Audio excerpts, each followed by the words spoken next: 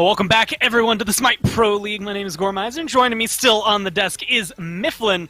And Mifflin, as we just saw, a very crucial, I guess, loss for United in terms of what things are going to be, because as we look at the schedule for this week, things are still, and maybe even more so important than they have been in weeks prior. That opens the door for Renegades tomorrow to potentially try and make their playoffs.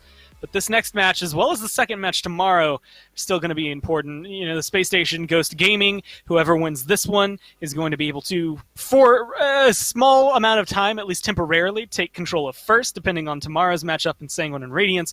One of the three teams between Sanguine, SSG, and Ghost are going to be third place. And why is that a big deal? Why does it matter? The first two go to playoffs with a bye round. They are guaranteed third or fourth place because of that. And so winning this one is going to be important, because if Sanguine win tomorrow, then, well, hey, winning this guarantees that you are tied for first and second. You lose this one, then you're hoping that Radiance causes an upset for you and then causes some other things to throw out between head-to-heads and a lot of complicated things that happen in the standings. So the cleanest route would be for Sanguine to take it. But, of course, we don't always want the cleanest route. But we're going to be getting into this one. And, well, the first things first, competitive ruling today. Twig is not playing with Ghost today, which is going to be causing probably a little bit of change for them when it comes down to it. Twig has been a pretty integral portion of their team. If you want to read more about the competitive ruling, what it's all about and everything, you can go to SMITE Pro, because right now what we're going to talk about is the impact not having Twig is going to maybe leave here for Ghost.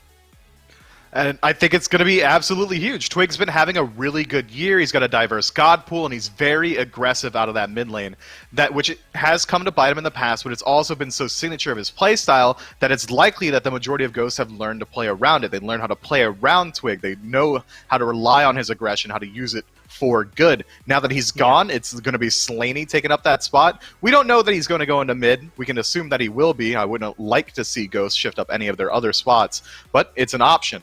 That said, Slaney likely not as good as Twig. I think that's a fair bet. That's fair enough to say, hey, your main roster, your coach probably good at the game. Probably not as good as your main roster. Otherwise, I would assume he'd be main roster. So you're going to be missing that. And that was the conversation we were having today as we were kind of prepping for everything, was where do you stick him? Where's going to be the most comfortable? Some coaches we see go over into solo lane because there's some picks that kind of just guarantee maybe you won't lose the lane. But with Twig, I mean, in a lot of these highlights, with PBM and a lot of these highlights, you maybe don't want to put him in support and shake things up, but there's also been conversations about Panda Cat. His flexibility as someone who has played mid in the past will honestly be happy to take a Hunter mid if you really have to. So there's a lot of flexibility I think Ghost Gaming have to work with this. I think if Slaney's going anywhere besides mid, it would likely be towards that Hunter role because, as you pointed out, you've got these powerhouses in individual roles. PBM, likely one of the best supports in the world. FineOK, likely one of the best solo laners in the world. You don't want to replace these guys. If anything has to happen, you know that Panda Cat can run it down mid just as fine, with a Hunter or without. And it's going to be an interesting matchup. Either way, they're going to have to deal with Dardez on SSG. And SSG as a whole right now, again, a win this set is important for your standings, trying to stay top two. It's a three-way tie. But since two of them are playing each other, that means someone is going to get knocked out of the running. And it depends very heavily on the Sanguine Radiance set tomorrow to decide which one of you gets to stay as that number two. But SSG, they've been kind of dangerously consistent. The team that has taken them down the most is United, but when it comes down to everything else, I mean, they were on a, 6-set win streak going into last week before United for a second time somehow were able to beat them. Now, I still expect them to be playing maybe even with more fire in their heart. No one takes a loss sitting down on the side of SSG, especially when you consider the big personalities that they have. You think Raffer is going to eat a 2-0 loss to United and not pop up with his multiple world champion rings and likely try and swing on the next guy he comes in contact with? Fortunately, or maybe unfortunately, depending on how the game pans out, it's going to be against Ghost. They should have the slight advantage because they haven't taken any roster changes themselves. But that said, SSG are coming off a loss. They were on a huge heater, and who's to say how they're going to do once they start downsliding again? It's a dangerous game, maybe even worse case, a slippery slope for them. But that is something to be said. United has showcased that SSG, there's holes that you can poke through them, right? There's ways to break them down. I mean, if you are Ghost, how much time did you actually end up spending studying not even your games? You were watching E United SSG to see how to get this win. If it were any team besides E United, I'd say that I'm studying them almost wholeheartedly. But E United brings such new picks. I almost said random there. They bring their own comfort picks that I think that most teams are going to have a very hard time replicating the same win path. I think if anything, you study SSG, you know what they want to do well. You know that Raffer is looking for Kepri. You know that they're looking for that Merlin or a Hera or something like that out of the mid lane, Aphrodite. You got to target out what SSG is doing well, maybe not so much learning from exactly what E United did to win. Hopefully they'll be able to have found something, but right now it's really... it feels bad to word it this way, but it kind of feels like it's Space Station Gaming's game to and set to lose here. A lot of things, maybe kind of lifting them up for it. And well, we got to sit down and are going to be able to hear from iRaffer here to see what exactly his thoughts are as we get into the set. Guys, I'm here with Raffer. Support for SSG, and we're talking to him about his matchup against Ghost. Now, Raffer, a 6-game win streak for you guys going into last week against United, and United happened to be the team that beat you guys prior to that 6-game win streak. Realistically, though, did that shake confidence at all, or are you really holding on to the fact that you're one of the top teams in this league, despite a small stumble last week against United? But not really bothered by it too much, because we're the sort of team that will, I'm not saying they're the worst team, but will beat the best and lose to the worst. Like, we're such a strange team like that. I'm not really sure if I've narrowed it down to a specific reason, but it's just Sure. how it is, you know? Yeah, they're a very difficult team to figure out. Now, that puts you guys tied with Sanguine and Ghost for the top spot, especially heading into playoffs here very shortly. Realistically, how important is the top seed here in this tournament, given some of what we've just talked about? It could be United, could be Renegades in that bottom spot. How important, then, does that make this matchup to give yourself an edge and a chance at the number 1 seed? I mean, it isn't really that important to me personally. I've bashed on about this for years now. It's just about how you turn up on the day, you know? Let's say, for example, like SK, they came in at the bottom seed and they ended up taking the whole of the worlds. Anyone can win it. It's anyone's to grabs. So that really answers it for that. Yep. But obviously, you do have the advantage finishing at top seed, so that is preferred, personally. Yep, it's always about peaking at the right time. Now, looking forward to this matchup, kind of in the larger meta scheme of things. Heimdall obviously has played a big impact up to this point. Baba Yaga a little bit, mainly for E United. Morrigan, another one that's now available. Realistically, how much of a role do you think some of these new additions to the God Pool play in picks and bans? I think they are pretty important because people haven't really played against them that much in scrims and stuff, and now that they're open, it's like a brand new god again, essentially. I think that's how it is on paper, but whether it brings that to the matches, I'm not too sure. Sure, just depends. Now looking specifically at this matchup against Ghost, it was a 2-1 for you guys last time you played. I kind of want to look at you versus PBM. It's always a lot of fun to watch as viewers. What's that matchup like for you versus PBM? PBM is, I said exactly the same in the last interview, but he is pressure-based. I think he does tend to go late game against me, or try to. I think he'll do the same again. I'll give him the benefit of the doubt. I think he'll play a lot better next set, like the set versus us. We'll have to see, though. It's always one of those that it can go either or. Like, he could just absolutely pop me or get popped. We'll just have to wait and see. Hey, it's all about showing up on the day. Now, consistency has been there for Ghost, but it's been there for you guys as well. As I mentioned earlier, 2-1 for you guys last time you faced off. What do you think it takes to get another win here today? I think there will be another 2-1. It could go either way, honestly. Hopefully to us, though. Or them. Maybe 2-1 to them. Right, you never know. It depends who shows up on the day. Raffer, much appreciated. Always nice talking to you, and best of luck. Thank you. And of course, you had to give it to Raffer to say that, you know what, I think it's going to be a 2-1, but maybe it's them, maybe it's us. It is kind of a coin flip, or at least it feels like it. Maybe not so much, again, with some of the changes that have happened for Ghost. But as David mentioned, Mifflin, it was a 2-1 for SSG last time. And I feel like it was actually one of the first times we got to start seeing maybe the earliest transitions there for Raffer to switch to the Khepri for the Geb when those started coming out and making maybe more of an impact for them. And that's something that, originally you come into this PBM, if they're playing aggro v aggro, maybe takes the lead. But when it comes down to some of the more supporty Guardians, I feel like Raffer might have the edge.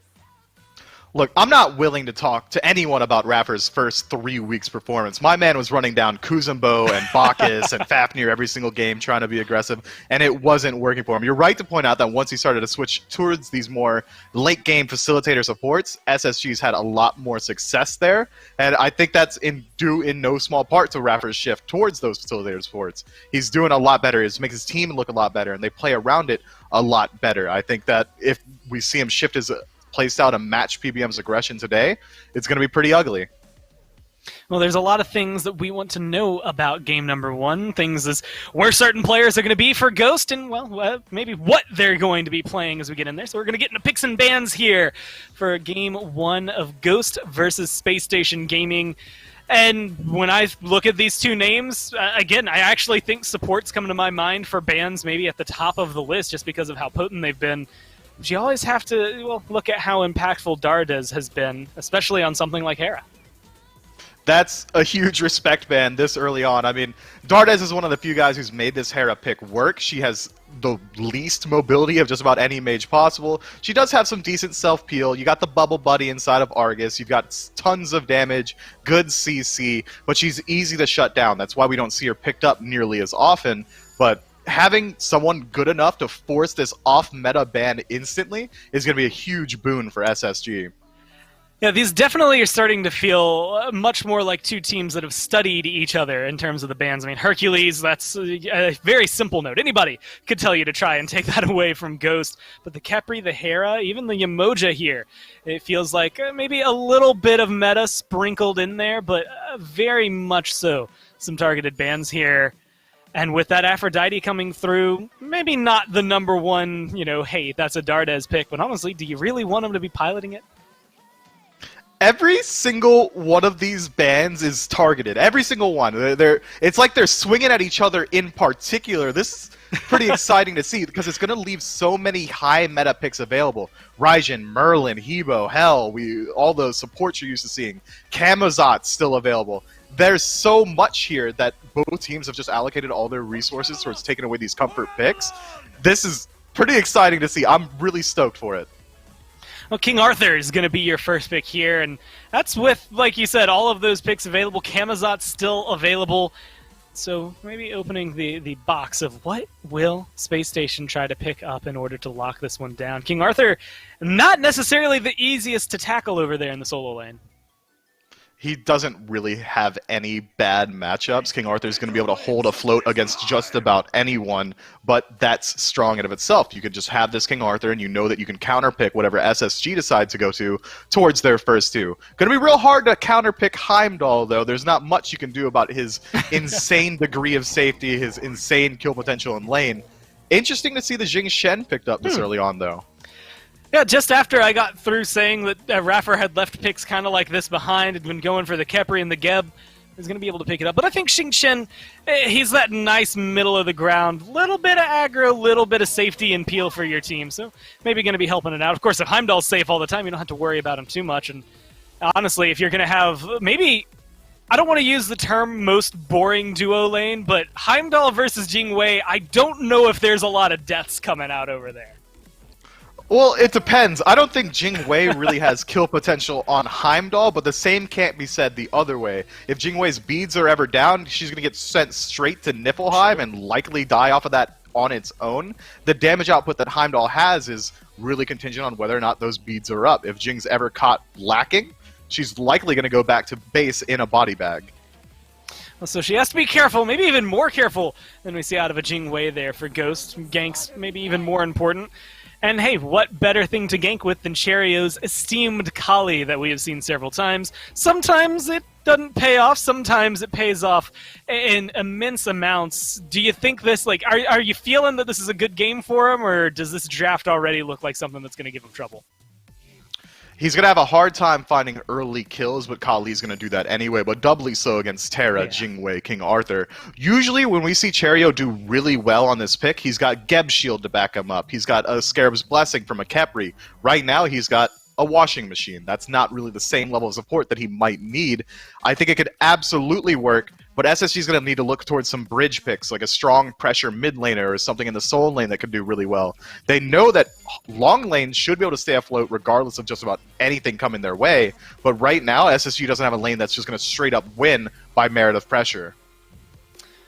All right, now it's gods that have no pupils on the side of SSG that are going to be fighting together. I don't know if you can keep that trend up. I feel like there's been a lot of interesting ones in SMITE, but that's one that's probably hard to draft to. It's going to be the Raijin, the Erlang Shin, the Amaterasu, and the Poseidon band on the other side. And that Erlang Shin is definitely a target towards the jungle, and maybe not where my mind goes to first when I'm thinking not only of Ghost. I mean, maybe Sam has been bringing it, and his Erlang Shin is great, but he's got so many potent picks over there.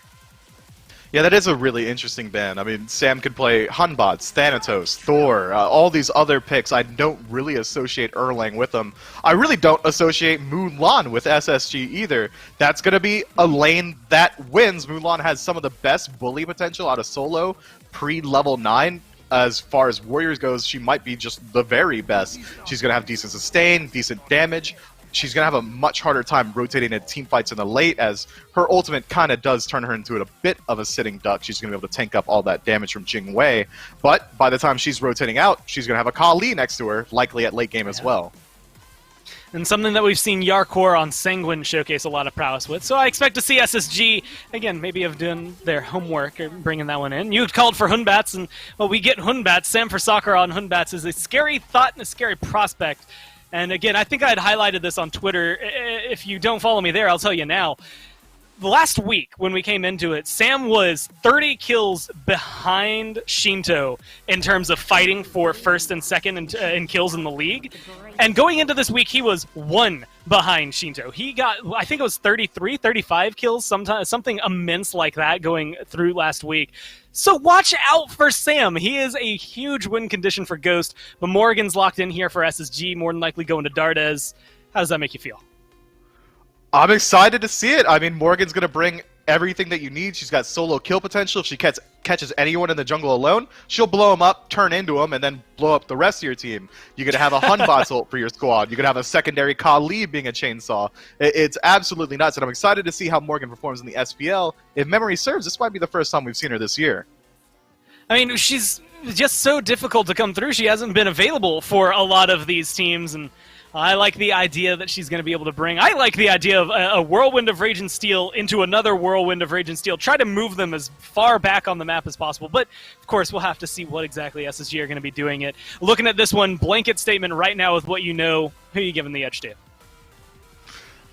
It's so hard to bet against Sam for Soccer because I've seen what this guy can do just on his own, regardless of what the rest of Ghost has. But I got to give it to SSG. They've got their full roster, and they've got a team comp that looks like it can do it. Well, it's Slaney in for Captain Twig. Let's see if Ghost still have it. Winner take all for this one. Let's go down to the casters. Thanks, Gore and Myth. We got a big one here between Ghost and SSG. So we brought Finch and Hindu onto the call here for it. And Hindu, I don't know how to describe this composition from Space Station other than SMITE, right? I mean, they got Mulan, Kali, Heimdall, Morgan, a lot of strong stuff over there that they've been able to draft. Dardes is doing it again, though. Heimdall in mid. Like, yeah. That's the first thing I noticed here. Obviously, Morrigan back in action again. We've not seen him in a little bit. Actually, last time I think we saw her in competitive play this year was week 4 of the Pro League. But since then, now she's back in action. But being piloted by Vote here, I'm interested to see how this works out. I'm more intrigued by Heimdall in the mid lane more than anything else. I think that's going to cause so many more problems. It's interesting, right? We're going to have to see just how well Dardes can make use of that Bifrost. I think that because of that extra vision, though, Hindu, maybe this Heimdall, even though he might not have the same escape as some other mid-mages, should still be okay, I think, to kind of move around here in the mid lane. Are you worried that he'll be under pressure, perhaps? Little bit. Sanford Soccer playing the Humbats this game. I think Humbats could do quite a lot to instigate and cause problems here. So I think it's going to be a lot about, well, once again, Sanford Soccer and how he's going to play this here. Heimdall, though, brings a lot of pressure to this lane. And I think against the Discordia in the early game, that's where he's looking to abuse it.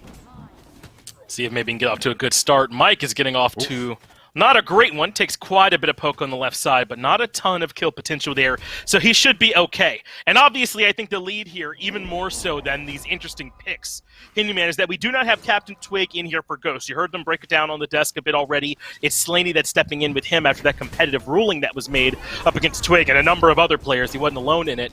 So I think there's kind of a lot that's on his plate. Do you think that Discordia is a good god to sort of give him if maybe he hasn't had the same ramp time as what they'd be used to?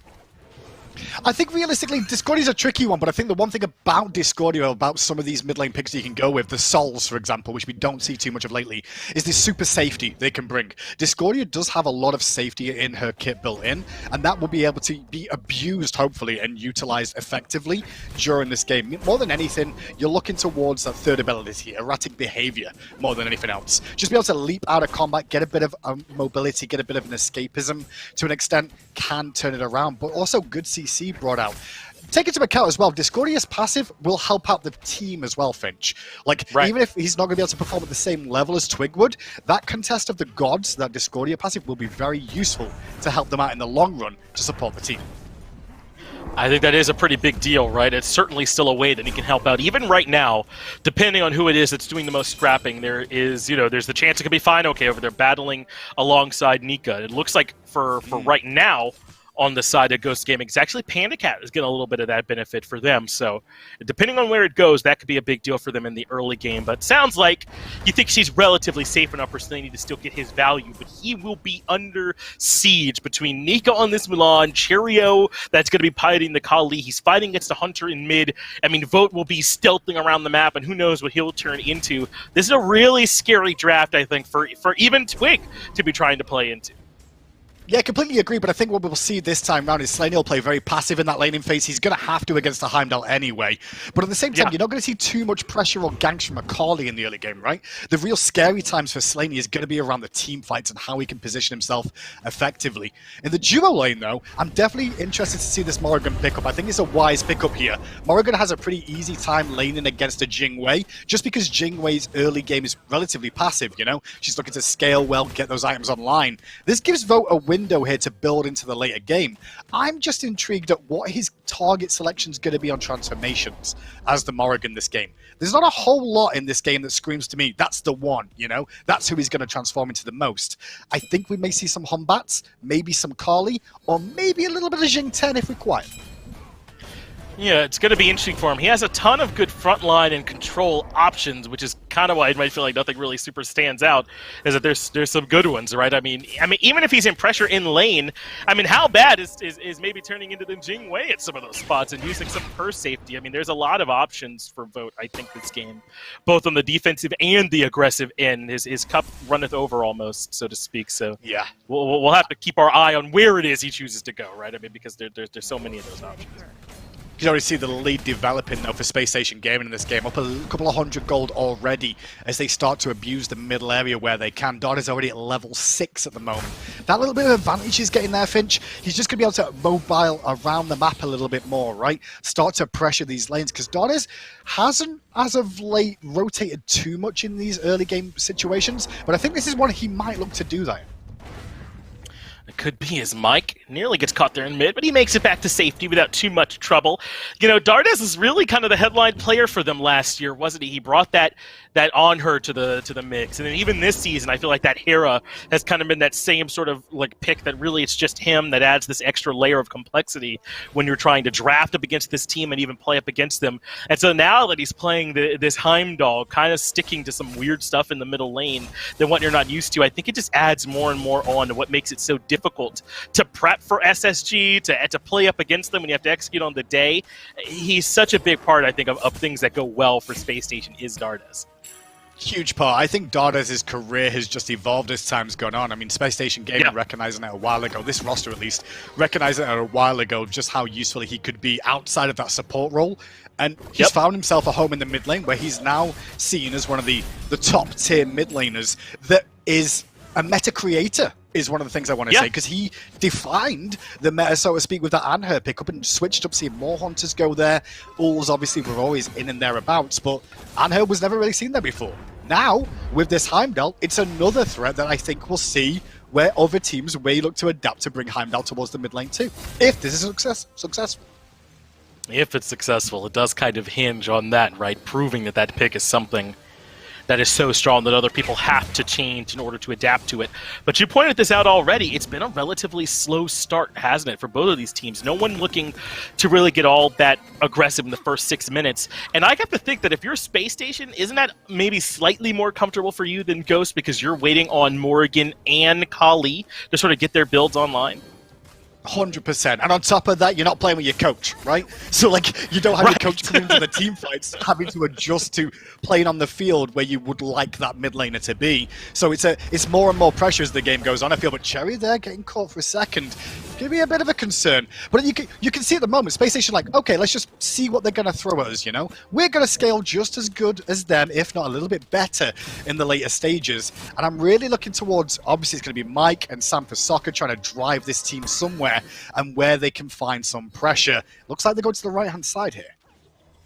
That does seem to be the call, but there is no blue buff here. They will certainly find out. Mike does get grabbed. Looks like he didn't have a monolith up yet. Now he does, and finds the root. But Raffer's still looking for action, but Fino-K's damage.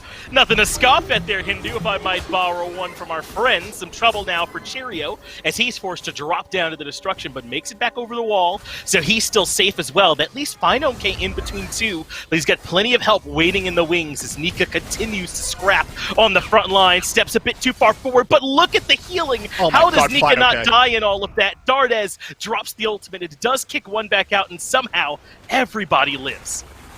And so what they get out of this Ghost Gaming is a blue buff on the right-hand side. Take Yeah. into account there's a lot of relics were burnt in that engagement, but it just shows the level of these two teams, right? Like, they all scraps in the jungle. Nobody dies there. But hang on a second. Rafa could be thinking about a bit more. I was going to say for a second, but then I saw Nika's health bar. Rafa might be biting off more than he can chew here, I feel like, in how this is looking. But yeah, that fight was beautiful. I think more than anything, Fino-K, Gladiator Shield online, hit 2 times with his ultimate on 2 different targets, got the beads out of Dardez, and then hits 2 soon afterwards. Beautiful play out of him, and it's what you need in Ghost situation here. And Raffer has a bit of a rotation underneath. That could be trouble for Slaney. Strife at his feet buys him time, and Dardez never steps up to follow up. So Slaney right to remain calm, hold on to the beads in that spot, and not overreact. But you are, I think, right to point out Fino-K in that last fight and the presence he had, because it looks like they might spend more attention with him. They're also putting some attention onto Mike in the middle lane. The apple comes through to help, but it's nowhere near enough. PBM drops for first blood. Yeah, unfortunate situation as Panda, though, going to take a trade with Vote. Oh, that's a ton of damage. Vote's in trouble already. Looks for the turnaround stun and hides in the minions, but Sam for Soccer was nearby. Blinks in, finds the hit, and Vote goes down as well. So it ends up being 1-for-1 across the map. Great play from Panda, though. Individual there on that left-hand side. He knew he'd Sam maybe in backup. Look at the ward positions he's got on that left-hand side, too, right? He knew no one was around Vote there. Catches him in the stealth, and as soon as after that, he's good as dead. Vote just overextends a little bit there. You can be, respectful of Jingwei to an extent. She doesn't do a ton of damage, but if she's going to hit every ability, she's just as good as any other hunter. Gotta be careful. She certainly can burn him, so Vote ends up taking a spill. Holds onto his beats, though, critically. Looks like Panda Cat's the one that ended up using his. So even though that kill does go their way, and maybe there's turnaround potential, as now Fino-K is suddenly in trouble. Does find the 2-man stun and the spin for more HP, but the grapple from Nika lands. He catches back up and finds the kill, and Fino-K cannot outlast the gank. Get over here, said Nika then, but now turnaround might be fair play. Good fear no evil out from Sam, and Nika could die.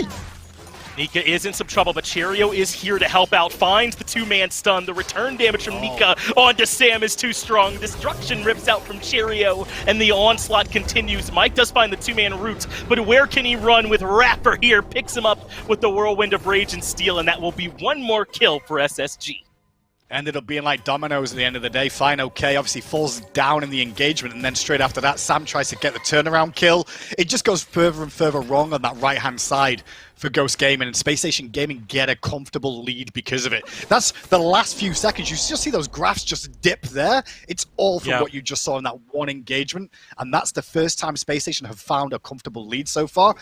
Nothing wrong with Slaney so far, by the way. I want to point out, he couldn't have done anything there. Dodders wasn't in that action either, you know? That was just a 3-on-3 on the right-hand side, support, solo, and jungle. And, you know, I wonder how much of that is kind of Ghost's doing, because remember, the original aggression in this game was by Ghost up at the solo side blue buff, so Space Station's response is, all right, if you want to try and fight over here in solo, then we'll bring the fight there, and they just ended up doing it better, as now there's action near the red buff. Mike was on a mission, and instead he's running to Vote, who's turned into the Unbots, find the Fear No Evil, and gets Dardez the kill.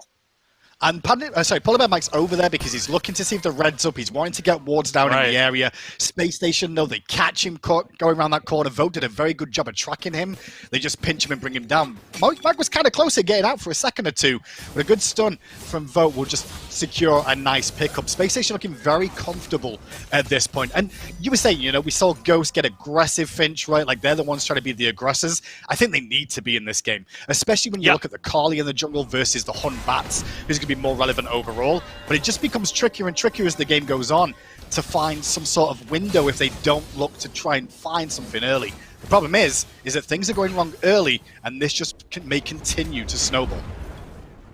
Raffer was in trouble for a moment, but he gets out of there. Slaney's ultimate is on cooldown, but not his beads. Use the ultimate for that CC immunity so it wouldn't get locked down in the middle lane. And I think that you're so right to point out that Ghosts were trying to be the aggressors, and I think that's what SSG did. They came over to this sort of life raft that Ghosts were trying to inflate in the solo lane. They wanted it to be fine okay that could sort of buoy the team, and instead SSG came over and popped it right away. They didn't give them that chance to build it up. Oh, Fine OK I thought was getting baited, but it might be Cheerio getting baited. Great ult from Fine OK, but on landing, Cheerio gets his ult off in time. Can he escape from Polar Bear Mike, though? It looks like he can. Dardez rotates over on the backside. Great ultimate creates the peel, and now Nika can pick up the mantle and look for more action. Not much more there. So now that Dardez has been rooted, this could be trouble for the Heimdall, but has great usage of the Bifrost. Sam tries to follow him with the Sacred Monkey and finds there's a bunch of damage waiting for him, but Fine OK cannot be satiated. He continues to look for action with Nika, but Rapper is single-handedly threatening Sam in the back. The action continues as Nika has been grabbed, and Polar Bear Mike notches a second on the board for Ghost. Fine OK was in that fight for so long, he got two ultimates off. And I'm not talking about the baby ones either. He got two full ultimates off in that engagement. Great play from him. I actually thought Ghosts were in a worse position than they were there. And in the end, it's Ghosts that come up on top for now. Space Station Gaming, though, have to turn tail. Polar Bear Mike won't be able to continue the chase down Ratha. But beautiful plays on that right-hand side. I really thought for a second Fine OK was getting set up to die, as you saw Nika rotate into the jungle and Cheerio was there. But Cheerio predominantly was focused on getting the buff. And in doing so, Sam for Soccer had time to get in and turn that fight around. So it is a good fight for Ghost where they find a little bit back, but remember, this whole thing feels a bit like borrowed time because, as we said, there's likely a slight edge for SSG when you get to that late game, just based on the drafts. It could obviously play out differently, but it does feel a bit as though SSG are just happy to kind of have the lead that they have, right? That they've been able to do such a good job here in this early game, getting Cheerio off to a good start, as well as Vote, who's level 15, has the Doom Orb finished, and is working on his next pen option now. Yeah, I will say as well, Fine OK was 2 levels down to Nika moments ago. He's now caught up just off that one little skirmish that we saw on that right-hand side. But I think the one thing to really mention here, for just like any sport, right? You lose one of your players of your team and you've got somebody else stepping into the role, you're weakened. And so everybody else goes, all right, guys, we got to step up, right? We got to be the ones to, you know, not necessarily carry the dead weight, but like support the person coming into the role. And in doing so, Ghost are trying harder and harder to get answers early. At the same time as they're having troubles, because Space Station are well aware that's exactly what the game plan's going to be. Trouble for Mike now. He's already used one dash, so there is no escape option for him here. Buys a little bit of time, but he is certainly going to fall. Cheerio gets the kill credit for that one, and Space Station continue to start looking around the jungle. They'll take the tier 1 tower in mid as well. And now things starting to buckle a bit for Ghost, it feels like here, Hindu, as they're struggling to control their space on the map. Time after time, SSG are infringing on the order side of the map to find that extra farm and pressure. Yeah, that was full on position. just a Left-hand roll. side, but gets away, but here comes Cheerio.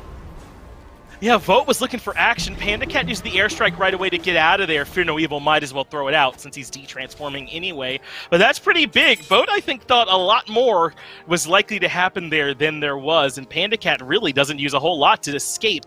But now it's time for the Gold Fury to be pulled. SSG have already used Vote's ult, but they know Panda Cat's ult was down in trade. Secures a little bit lackluster on both teams, and obviously with that Oracle's being in favor of Ghost there, Space Station know that they're right in vision. I fear no evil of the wall didn't really do what he was hoping for.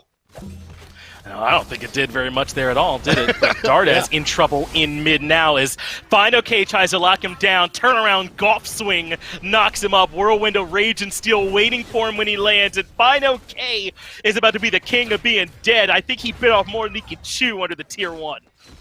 Yeah, I think he felt he could kill Dardes there, but Dardes just having his ultimate up and realized, hey, if I don't do something here, I'm dead. Could have maybe Aegis some of the damage away, sure, but instead ults him out and goes, okay, boys, I need help.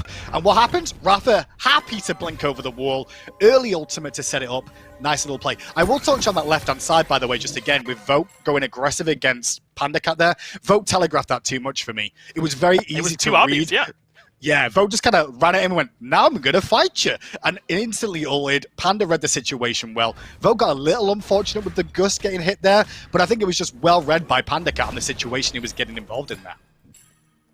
And I don't think the timing was optimal. I think Panda Cat had cleared the wave, so Vote was kind of still in a minion wave, trying to get around it to start that fight off because Cheerio was rotating in, and they wanted that gank, and he ends up kind of trying to force it so that window works. So not so much Vote just straight up misplaying, as I think they were just trying to force a gank to happen that maybe wasn't there. Panda Cat was ready, wasn't he, to do everything he needed to do to get out of there. Just good safety from him.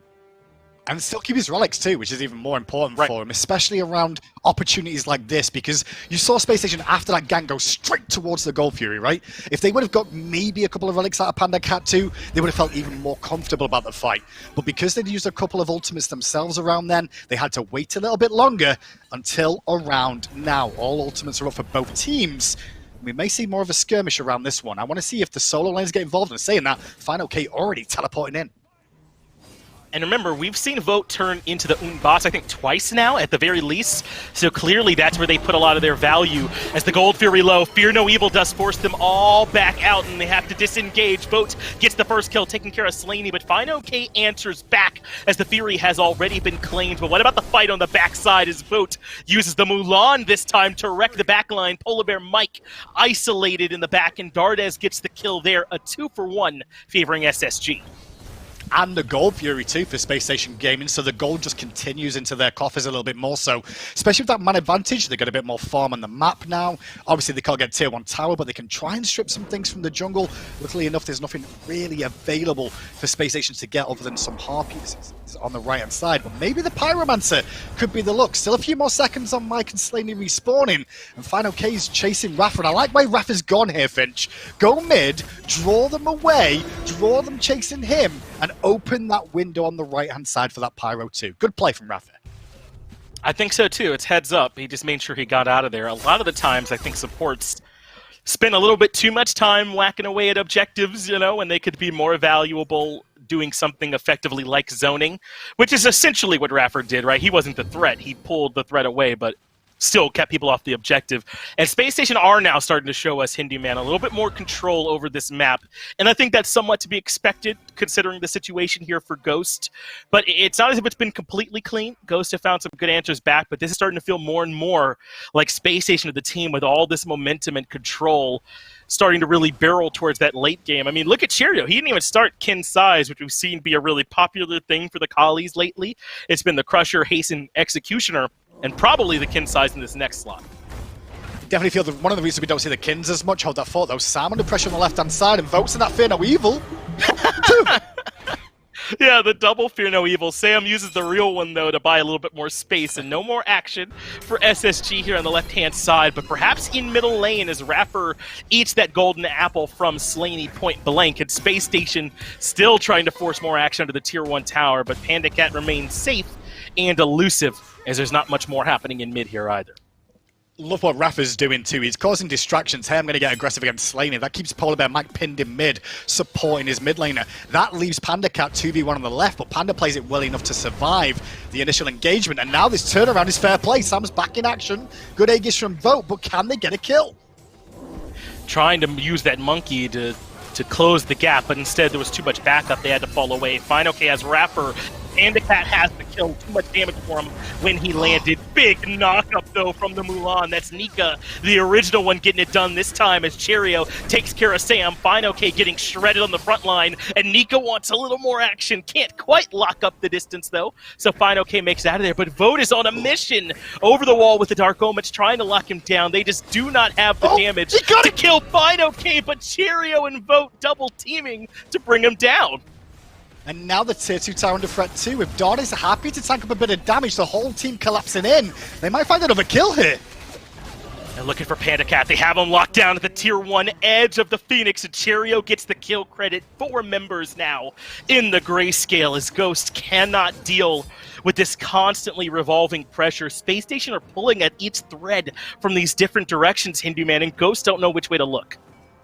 Yeah, and that's what you want to do in teams like this, right? Try and discombobulate them, get them off the pace that they want to try and set. But the lead is really strong now. 10k, it's almost insurmountable at this point to try and get Ghost back into it. Mike's going to make a desperate attempt, and Rafa won't even give him a window there. I like the idea from Mike, because what else are you going to lose at that moment?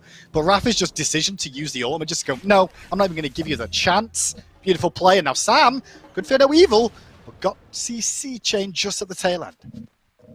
So Cheerio barely able to make it out of there. This has been a great game from Rapper, hasn't it, on the Xing Chen? He's been all over the map and active really this entire time, and that's allowed for Dardes and Cheerio to have the excellent games that they've had. It's been an active early to mid game from SSG, and Ghosts have struggled here so far. Look at these net worth charts Doug are bringing up for us. It's really only Panda Cat that's holding close. Everybody else on SSG are way ahead. Yeah, with how the game's been played out as well, Ghosts have really tried to focus around the solo lane and the right-hand side of the map in that early game. Makes a lot of sense, right? Keep your strong players together, leave Panda Cat on that Jingwei on a bit more of an island, and maybe just surprise rotating now and again. You saw that when we managed to get that kill onto Vote earlier on. But since then, they've not really played through mid at all, and that's kind of understandable, but it is one of the cruxes of an issue that Ghosts are having this game, not being able to play through the mid lane as much. This isn't a shot at Slaney, because I don't think he's done too much wrong this game at all. He's just been in very unfortunate circumstances of, well, what am I supposed to do against a Heimdall who's got to consistently pressure me here and keep lane dominance? No, it feels like he was set up to fail a bit here, doesn't it, right? He comes into this pressure matchup up against the Heimdall where most mid-mages would probably struggle, even if they had been given sort of the optimal chances to prep up for this situation, which, you know, I don't think Slaney was. So it's been tough for him here this game. I agree. It's not as if he's done a lot wrong, but I just don't think he's been given a lot of chances to do anything right either, right? It's just been a tough one. I don't blame Ghost for that either here. I actually think it was just Space Station using picks and bans very, very well. They led with this idea of like, hey, we've got to probably put this Heimdall in the duo lane, right? So Panda Cat's like, all right, I'll just play Jingwei, chill back, not going to box this, you know, Heimdall in the early game. Makes sense. I'll just let him get the pressure, no problem. And then Space Station goes, aha, threw you for a loop because we're going to put that Heimdall in mid lane, who's going to get a huge advantage over the Discordia. And that's how it's gone so far, 13-4, 14,000 gold out in front. And look at this itemization, too. The Spectral and the Thorns there for Nika to make sure that Panda Cat can't be a way back in. It was the kin size next to the Kali. Big surprise, right? That gets picked up, 5th item there for Cheerio. He's online and ready to go. Obviously, Dardes has been there all game long, and Vote now approaching that full build spot as well. So things getting scarier, especially for Slaney's. He's been caught out a bit. Cheerio using the destruction to stay alive. alive. But out of the frying pan into the fire is now it's Vote's turn. He turns to the Xing Chen, and it's enough for the kill. Cheerio loses his life, but the Whirlwind of Rage and Steel, the double, forces out the beads from everyone. FineOK tries to stay standing. The Fear No Evil waits for Vote the second he transforms, but he lives through it all. There's just not enough damage, and now the stun sets up for the kill. Vote finds another. But greedy from Space Station, this messy, but the good news is they're getting a bit of a win on this right-hand side. Maybe if Panda Cat does lose that down, Nika picking up that tail-end kill on FineOK. I think FineOK and Sam played that very well in that 2-on-3 fight on the left-hand side. Sure, Slaney fell earlier on, but they did everything in their power to just buy more time. And Space Station, if anything, haven't really found much out of that. If anything, it's giving Ghost a chance to catch up a little bit more, and they've not found a result. Space Station got a little sloppy there for my liking, getting a little bit greedy, and that's why even Rapper now, this is greedy, blinking in for the Phoenix. He should be punished, but I don't think he'll have the amount of damage to do so. At that point, there just weren't enough members of Ghost up to punish, right? So Space Station get away with it. It did buy some time for Vote, or not Vote, but Dardes to kind of bully Panda Cat a little bit in that 1v1 on right and bring the Phoenix down low. So SSG do at least open up this path on the right-hand side, but certainly could have been a bit cleaner from the boys. I think they're recognizing at this point that they're so far ahead, they can look for these greedier plays to really try and put Ghost to bed. And I do want to go back to that Spectral you mentioned for Nika this game too. I think it's so wise for solo laners and tanks to adjust their builds based off the enemy composition, right? And this is a prime example of it. When you got a Jingwei in the game, she's going to have crit in a build anyway, but if they're going to lean further into crit, these hunters, right? So look at that Spectral armor. It's got health. It's got defensive, physical defense against them. Not only that, reduce the damage you take from crits. Why would you not look for that item? And it's almost like a battle of, rock, paper, scissors. Who's going to get it online first of all? Are you going to go for crit before they've got their build online? Or do you force the adaptation? And I think Nika did the right thing here. Spectral armor is something that not necessarily slept on. It's just not picked up as much as I would like to see when hunters are looking at rage, when they're looking at further crit items. Well, it looks like we do have a brief pause here. Don't worry, we'll be getting these players back into the action here momentarily, but so far, it appears to be going as it plans to go on, right? It's been really dominant here from Space Station Gaming. And Ghost got to find a way to bunker down their base defense. Now, to give them some hope, remember, PK just got through doing this a moment ago in their set 1. They showed us how strong their base defense was and their ability to wait until they get online and find some options. Do you perhaps see that same possibility here for Ghost? How do you like their base defense with the draft they've got? If they had all 3 Phoenixes up right now, Finch, I'd be on board with them having a much better situation of defense, right? They're not the worst at defending with this composition here. Slaney's got good poke as well with, the ability of being able to use that unruly magic, that strife to set people up and get too close. FineOK, Sam, and Polar Bear Mike can all create distance or force fights in their favor. But I think with just one Phoenix being down already, it makes it a lot trickier to deal with. It is going to be hard, and it looks like they have got to the point where they're no longer contesting the Fire Giants, which is just got to be correct, right? When you're down 15,000 gold and you have a Fire Wave to make sure you're defending, I think that's just one too many things to ask of this Order side team. So now we will get a chance to see if perhaps, as you said, will Slaney's ranged damage and clear on this Discordia be enough? What about the ultimate from Sam for Soccer? They're going to need it all to be virtually perfect if they're going to stop this siege from SSG. I think just finding 1 or 2 picks, Dardes prime target here for me, or Vote. One of those 2 take him out of the fray a little bit. You still got the threat of Carly in the jungle in the later stages too. Space Station Gaming have so many threats in this game, Finch. It's hard to just lock down to 1 to take out. Because if you're a team now and you're like, okay, who do we take out? It's got to be Cherry. No, it's got to be Vote. No, it's got to be Dardes. Which is the one? Normally, you'll just press the T screen and look at whoever's doing the most damage, and that's showing Mulan right now, so that doesn't help you at all. No, it does not. Good luck trying to kill her as Sam looked for a surprise Fear No Evil to catch out Vote, but he was ready, transforms into the Xing Chen, and the fight is on. Grapple from Nika keeps FineOK in range, but what about Sam? He's been given up on by Vote, who wants to return to the action and see if they can get this 3-2 split working. They've got 2 in mid, 1 still that they leave in right. That's Nika looking for the loop around behind, and Slaney was unawares. Grapple pulls him in. Good damage there from Nika to buy some space. Yeah, good bit of space, but now the aggression on mid begins as the backline Cherry are running for it. But forced to use the ult early, doesn't really find a pick. Dardes does though, and that's a big one. One of the front liners down in FineOK. Ghosts are on the back foot. What about Nika? He's low too, but has found a way to live through it all so far. Mid-Phoenix comes tumbling down, and looking left, there are minions starting to roar in as Panda Cat uses the ultimate, but gets pulled back in. Nika so on point with these grapples. Slaney does get the return kill onto Dardes, so he is on the board as Mike tries to join the fray, but he might have bit off more than he could chew here. The walls avoided expertly by Cheerio, as now the Titan under siege as well, starting to take some damage as the minions pour in. But it looks like Spacestation are pulling back for now, Hindu. I don't think they like their chances so much anymore. Yeah, for a moment or two, I thought they might re-engage again. Rafa's health bar a little bit low. They're going to abuse the Fire Giant.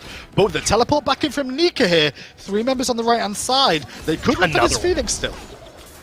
Nika's hitting all these grapples. It's such a difference as Polar Bear Mike does find the turnaround kill. Hello, Cheerio has to take a seat, but still Space Station can keep up this pressure, can threaten this right side Phoenix. Sam is buying his time, finds the Fear No Evil. He's looking for Vote, but it's not enough damage as a Rapper threatens Slayin in the back line, lives through the apple, and continues his pressure. The Titan still standing. There are not that many minions coming in, and SSG can't afford to look for the end call.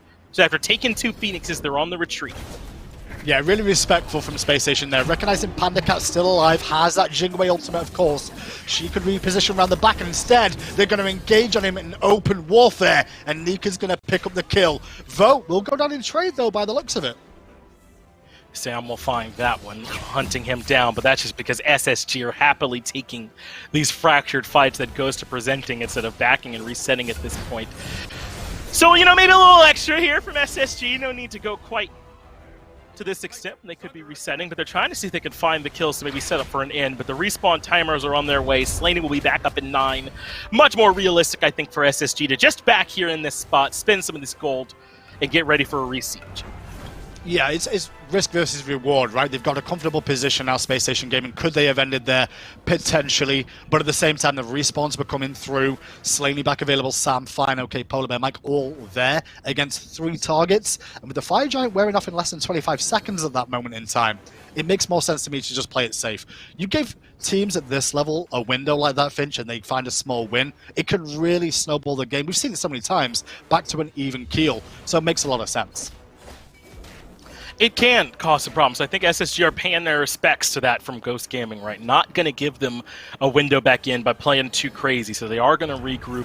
Looks like Primal Fury's coming up. Maybe not the biggest Fury that could be coming up at this potential moment, since SSG probably won't be contested on Fire Giant anyway, but you happily take it. You go grab Fire Giant, seal these things up the correct way, and look for that left side Phoenix push. Right now, SSG have so many threats that even when Cheerio, you saw in the last fight, Hindu, he took so much damage right away. He barely wasn't even in it, but it bought time for Nika to get back there and find a kill. There's too much for Ghost to have to look at. It really is, and we talked about the different threats that Space Station have here. Vote, Dardes, Cheerio, 3 of them. And then you've still got the tanks in the front line causing serious problems. Nika's had a great game, by the way, in this Mulan. And we're starting to see more of this Mulan against the King Arthurs in the laning phase, because Mulan's early game, I wasn't aware of how good it actually was in the early stages, but it can really box out a King Arthur, keep him on the back foot in the early stages before Arthur gets some of his core kit online. Mainly Glad Shield, level 7, but still, it's that early game punishment that can allow Nika to run away with it. But I think he's done a very good job of doing what he needs to in these engagements and found some very good hooks.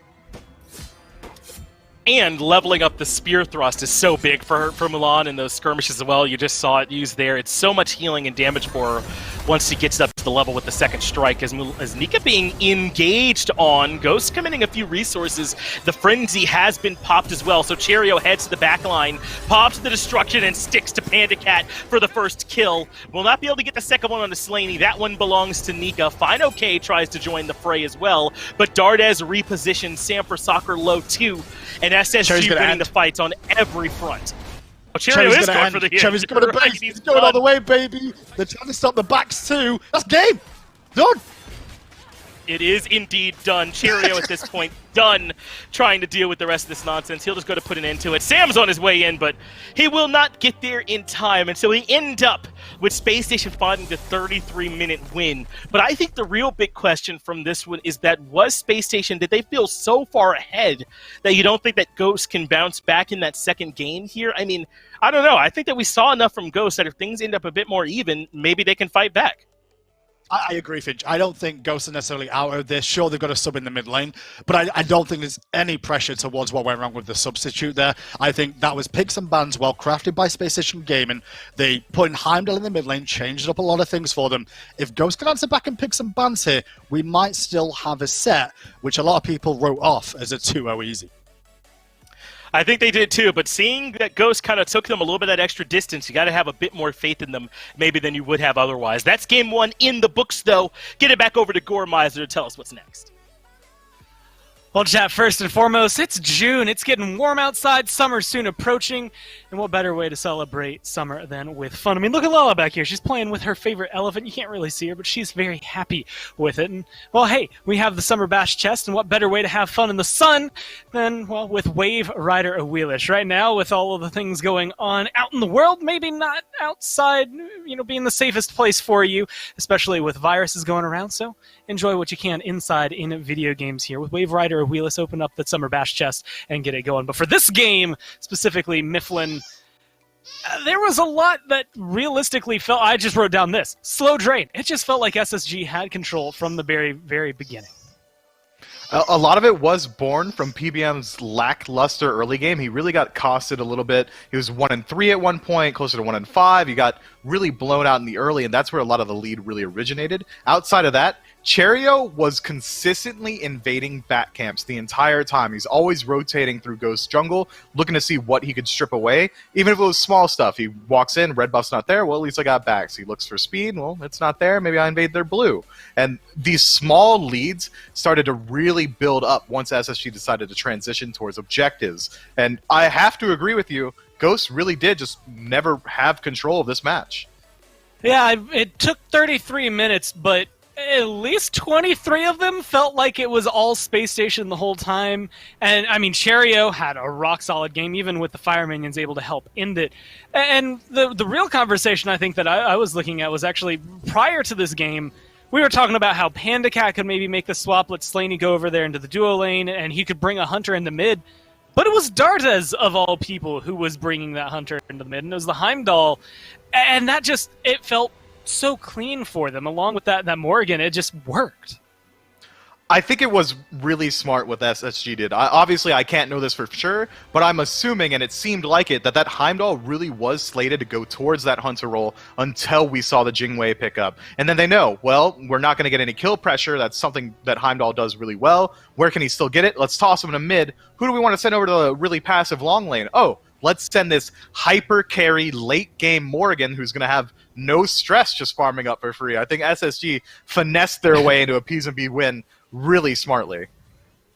And again, everything about this, especially with the way that they executed it, it kind of felt like Space Station were just playing Space Station, which is never something that you really want to see. When a team gets those comfort picks, I think it makes even more of a difference. So we'll have to see what Ghosts are able to do. Again, it was a lengthy one, so they at least kept SSG kind of on pause throughout all of it. So we'll have to see whether or not they're able to hold it as we go into Game 2 with picks and bans. Specifically draft-wise, I mean, where do you start trying to take down SSG here?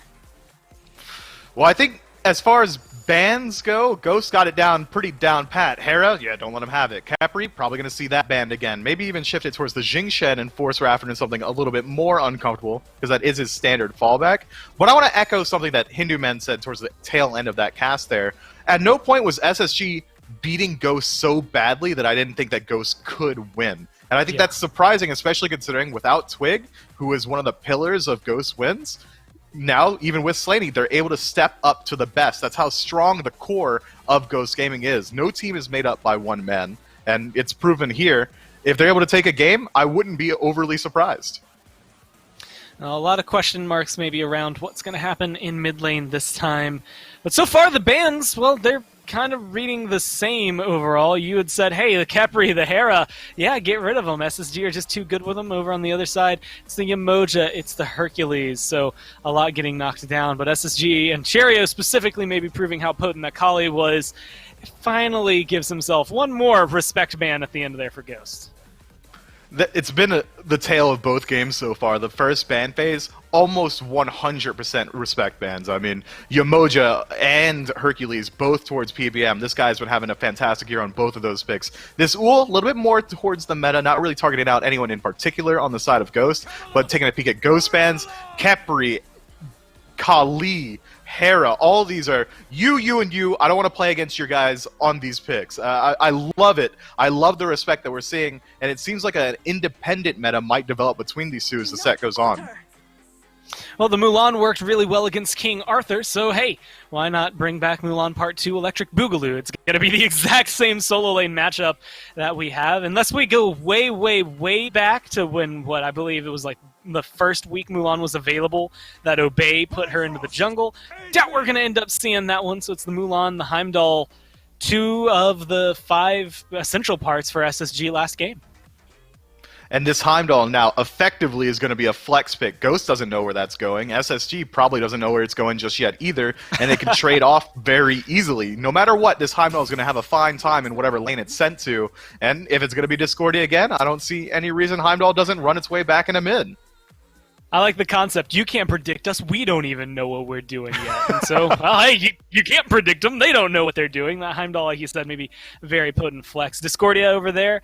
I mean, if the matchups are going to be the same for the most part until now, hey, King Arthur, Discordia both lost their lanes. Maybe that's Sam and Slaney now saying that they believe it wasn't necessarily them that were losing. Maybe it was the essence around that Kali with that taken away from Cherio. Maybe they get to shine a little brighter here. And the Hu Yi going to be taking it up in the duo lane. And now the Merlin. But I don't know, Mifflin, maybe I'm crazy, but it kind of feels like Merlin, especially considering what we've seen in the past, could be swapped with the Heimdall. I'm still not sure where they're going. It definitely could be, but Merlin's going to have a much harder time fighting into Hu Yi than Heimdall would. If Hu Yi gets that markdown, gets the jump in, sets up a stun, what's Merlin going to do? Flicker away? Yeah, now you're 5 feet further away and there's a dragon spitting suns at you. Luck. I mean, there's not much he's going to have to deal with there. I think now the Merlin pickup was in direct response to this Hu Yi. He says, okay, I'm going to pick Heimdall. If they pick something aggressive in their long lane, I can match it. So they pick up Merlin for mid so it doesn't get banned out. I like what SSG's doing. This is a very interesting way to do your flex picks, and it's not even a flex now, it's a response pick, and I think it's so smart. And, well, hey, they play the draft well. We get to see Dardez more than likely on this Merlin. It'll look good, but it's Kuzenbo, Sobek banned out on the side of SSG, Naja, and the Xingqian banned out from Ghost here. And so, again, one little target, the Cherio, one there at Raffer. But Kuzenbo, Sobek don't necessarily scream out to me as things PBM typically go, something that Ghost picks up too often. So maybe they were like trying to control it so they could pick this Athena? It seems like they might even be trying to bait PBM into taking the Geb pick. Athena's got a fantastic counter matchup there. You trying to roll out? You trying to leave this bad engagement, Geb? Psych, you just got confounded. So there's a lot that this does here. It really narrows what PBM is allowed to play. I like what they're going for. Normally, when Geb's left available and all these Guardians are banned out, you'd expect Raffer to take it. But leaving it available like this only makes me think that SSG is trying to force PBM into it. Oh, well, it's going to be the Cerberus that comes through over there alongside the Thanatos. So some executes online, early game online for Ghost with that Thanatos pick. But the Cerberus coming through, I would argue a little bit of anti-heal, maybe going to hurt the Mulan later on, but a lot of team setup that comes with that pick. I like Ghost draft overall. I think they are lacking a bit in terms of engage. I mean, King Arthur is going to be a spearhead on his way in, but his CC setup isn't that potent. Cerberus is going to have very stringent CC. That stun's not easy to land. It's very easy to immune the ultimate. As far as just raw engage potential, Ghost is going to be lacking, and SSG, not so much. Yeah, you don't have an engaged jungler. You don't really have an engage out of your soul lane, but when you have Confound available, bro, you don't need anything else. Athena Taunt might be one of the best ways to get anything to get started overall, and now Raffer is going to have to prove whether or not it was worth it for this one around. We'll have to see if SSG can take this in 2, or if Ghost can fight back. Spacestation Gaming trying to hold on to that first place spot. Remember, as you move into game number 2, how critical that is, Hindu Man, because if you're in those first 2 spots, you get that bye when the playoffs start, essentially guaranteeing yourself nothing worse than a 4th place finish. So that is what is at stake here for these 2 squads, because Sangwon wins the odd person out here would drop down to third. And into this all-important match, Raffer is on that Athena you heard them talking about on the desk. How big do you see that being? I don't know. I'm interested to see how the laning phase goes more than anything, because once again, Dardas has taken that, Heimdall to mid lane, so Merlin in the long lane. I'm a little bit worried for Space Station in that lane, because one of Merlin's benefits is his mobility, that flicker to be able to reposition. But in the longer lane, there's a reason it's called the long lane anyway, right? It's for that very reason. You've got a bit more distance to travel back to safety. What can Rafa do on this pick? I think he can do a lot of rotating around the map to support teammates, sure. His taunt always going to be useful at all stages of the game. I'm definitely intrigued by Space Station's decision to do this. It kind of bends to me that if they're going to get Heimdall right now, they're going to give it Dardas over Vote and go back to previous seasons, basically, and look to have their long lane player pick up mages instead. We saw Morrigan last game, we're seeing Merlin here. Maybe this trend continues if we see Heimdall go into Space Station game. And it's an interesting trend, isn't it? Because I feel like it works so well because the support was off on an island doing a lot of the invade stuff that was so popular last year, so you could leave whoever you want in the long lane to soak up all that solo farm. But SSG got something similar as they look for the invade. Sam counters back, though, with a blink in, and Cherio takes a lot of damage. But Cherio, still considering being aggressive here, is stuck in an absolutely weird spot now, Handyman, as he continues to dance around, gets rooted from range, Slaney now on the way to try and lock him down too, but Cherio runs in an attempt to try and escape. Wasting time though, right? Like, we've got two members playing, run around the houses Benny Hill style around Cherio. Meanwhile, there's all that farm in mid lane that's not being done. Red buff is also being looked at still by Ghost, and they just walked all the way around, and now Sam's been pinched! And Cherio tries to come back in, bit off a bit more than he could chew. Perhaps he's low, avoids the damage from Mike, but PBM does eventually find the first blood on the Cerberus. What a turnaround there from Ghost. But as you mentioned, even with first blood, with all that chasing and farm they missed, does it come out worth? If anything, yes, at the end of the day, because Mike getting that kill, and with Cherio off the map, he's not farming, right? Cherio wasn't able to farm at all. Slaney, at the end of the day, didn't lose too much in that middle area. And funny enough, Mike gets the first blood again. No real shocks there. He's got the most on the team so far this year. Sam on the right-hand side, though. I don't know about that pressure. I like how Sam's come here, though. There's not much up in the jungle for him to take, right? He went to the back harpies of Cherio, stripped those away, and instead has to soak some of this farm from Fine OK. It puts Fine behind a little bit, but it does allow Sam to continue to catch up on the farm he missed by chasing around the jungle. Raffer and Mike were battling over that red buff for a moment there. That's an old school thing, isn't it, Hindu Man? Supports fighting over buffs. Feels like we don't see quite as much of that anyway, but it ends up going to the favor of the Chaos side team. SSG came out ahead in that little small battle over the red buff on the Order side. But kind of as you highlighted, this has been a bit of a hectic early start. Sam has been all over the place in the early game. Panda Cat has had a ton of pressure over Vote in the long lane, and obviously Cherio led them on that chase just now. So it's kind of been all over the place to start things off. Definitely, and I think some of that actually came at Space Station's own doing, because they got pressure in the mid lane, hesitated, dilly-dallied around the red buff, and caused some problems with Sam, right? But in doing so, that drew the supports out of the duo lane in the early game. You know what? I'd rather be a Ho Yi in the early game against a Merlin than Merlin against a Ho Yi one-on-one in that laning phase. So no surprise that Panda's able to extrapolate a lead off the back of that and find a small area of win here. Pre-level 5 is much more important for Panda Cat to hit than a Merlin, granted, because of the stance changes. But this is just giving some pressure to Ghost even more so. And now it's going to be a situation where left-hand side, they're going to be on the back foot here, Space Station gaming for a while. It's also going to allow Sam for Soccer on a Thanatos to start to look to find pressure on the left-hand side even more so. More fine. Purple buff invades, red buff invades. I want to see if Ghost can start to do that, or if Space Station gaming can respond. A lot of it is going to depend on just what we see, I feel like, from Cherio in this early game, right? Because he's probably the tool they have that is best equipped to fighting right around now. It's just that, unfortunately, he took a bit of a spill earlier on there, giving up first blood to pull over Mike. Plus, Sam is on Thanatos, even more suited to these early game shenanigans. So Space Station have to try and make sure that Cherio is up and that they're keeping Sam for Soccer somewhat in check, and they don't let this Thanatos get potentially out of control. Commander, baby! Against two! He don't care! He wants kills, baby! Like, he nearly got that one on Vote 2, 2v1! Nice little pull away there, but round the back, Finch, we've got trouble. Yeah, Polar Bear Mike and Slaney on the way. Ricochet doesn't find it, but both will die anyway. Slaney getting on the board for the boys. Polar Bear Mike drops down the Stygian Torment. They do lose Sam for soccer elsewhere, but a great start over there on the left. Yeah, I do want to talk about Sam's decision there. I mean, we call it a decision. I'm not sure really what the decision was, other than to dive into 2 with, against the red buff. Not so sure about that. But Ghost on that left-hand side, that was all Panda Cat. And that started from the early game red buff invade from Spacestation yet again. This is just Ghost using their windows to their advantage to get this sort of a lead. And Spacestation Gaming are having a hard time answering it back. This is the issue. Merlin in that dual lane is going to have some problems.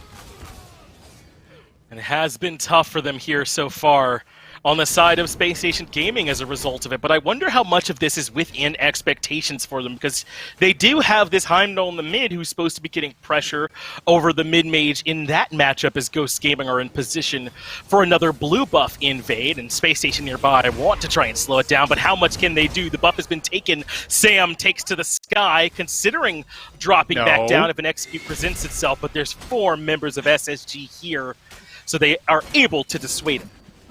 For a second, I was just like, he's going to come back down. He is. He's crazy. He's a madman. But he cautioned against it, which I agree with. I like the idea of hovering for a second, right? There's a reason it's called hovering death. He gets to establish the situation, look at the area. Maybe someone gets low enough, or maybe not. And chooses the better part of caution there to make sure it doesn't happen again. What happened around that red buff area? And so instead, they elect to fall back a bit. Still some presence for Polar Bear Mike on this right side. And Nika, I think, recognizing it with that ward there, will not step too far forward. But Mike still wants it anyway. Aggressive Stygian Torment. But who was here but a Rapper? A 2-man taunt keeps him locked down under the tower for a bit longer. FineOK now committed to finding this kill. Takes Nika to the sky for Camelot and Avalon. Gets the kill, and Ghost Gaming now up to 4. And it's one of the reasons why we saw this King Arthur first pick, because he's going to get a double kill against 2. We call it a double kill against 2, but obviously Mike was involved in that a little bit, just to give the credit where it's due. But FineOK on this King Arthur, you wonder why they first picked it? That's the reason why. FineOK is dominant on this King Arthur pick. It's hard to put it in his hands, and he's just opening much more up on the map now. Ghost are playing with gusto. They're playing with this lead that they've got. And you can just see the confidence starting to exude through them now, as they're the ones on the aggression. Red buff stolen. Purple buff stolen. This is a good established lead for Ghost at this point. And guess what? Yet again, Slaney's not been a problem. Not having Twig here hasn't really caused him an issue. He's 1-0-2 at this time, keeping good pace. He's here with them now, starting off this early gold period. It looks like there won't be much drama to this pick. It's down to half HP, and Dardes, the only one nearby, gets the vision, does know they're on it, and is nearby, but Ghost secured well, but they are quite low. But really, can Dardes do anything about it all on his own? Looks like the answer is no, as Ghost Gaming make it out. Just love Mike right at the end there, but Dardes is still going here. Slaney's the target. He's not gotten any further backup. Can Dardes connect? No is the answer. Good idea of the chase there, and I love what Mike did more than anything else going back to that. His just rotation at the tail end of that made Spacestation look at him for a second and go, oh wait, we need to be a little bit careful. Maybe we can pick him instead. And he just drew enough members of Spacestation away to create a bit of distance there for the 3 members of Ghost to escape. On top of that, that scythe from Sam was so important. That heal that he got from that just dissuaded Spacestation third. Oh, Cheerio's in a lot of trouble now as FineOK continues to move forward. He would love to try and cut Cheerio down here, even with Nico right in his face. Good taunt from Raffer, cuts it all off as Raffer only level 5 still, trying to fight in to the level 10.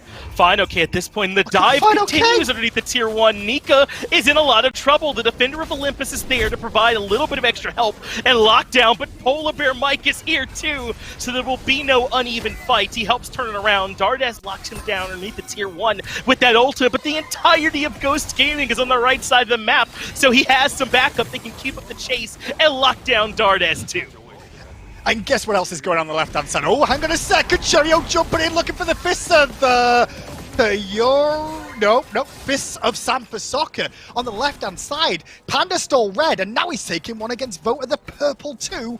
Ghost are playing this really well in that lead. FineOK on that right-hand side, by the way, Finch. He realized Nika was solo on mana. Nika couldn't do much about his aggression.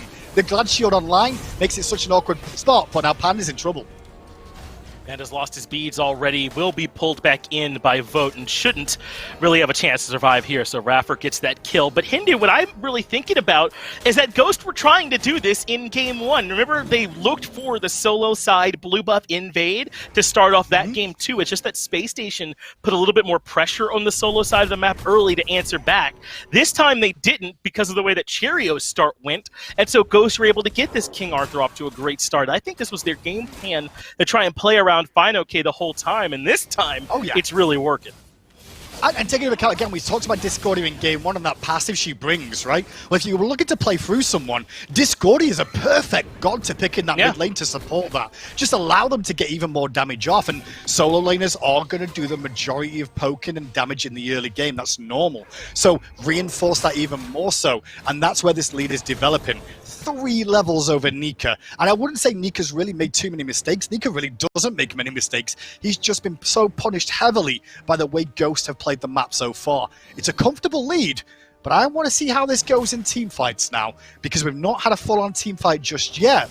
And I don't think we will for a while, because the level discrepancy tells me that Space Station are going to just try and sit back, catch up a little bit, and with the Gold Fury being down for another couple of minutes, expect to see Ghost get aggressive, where Space Station will surrender where they need to. Fine, okay.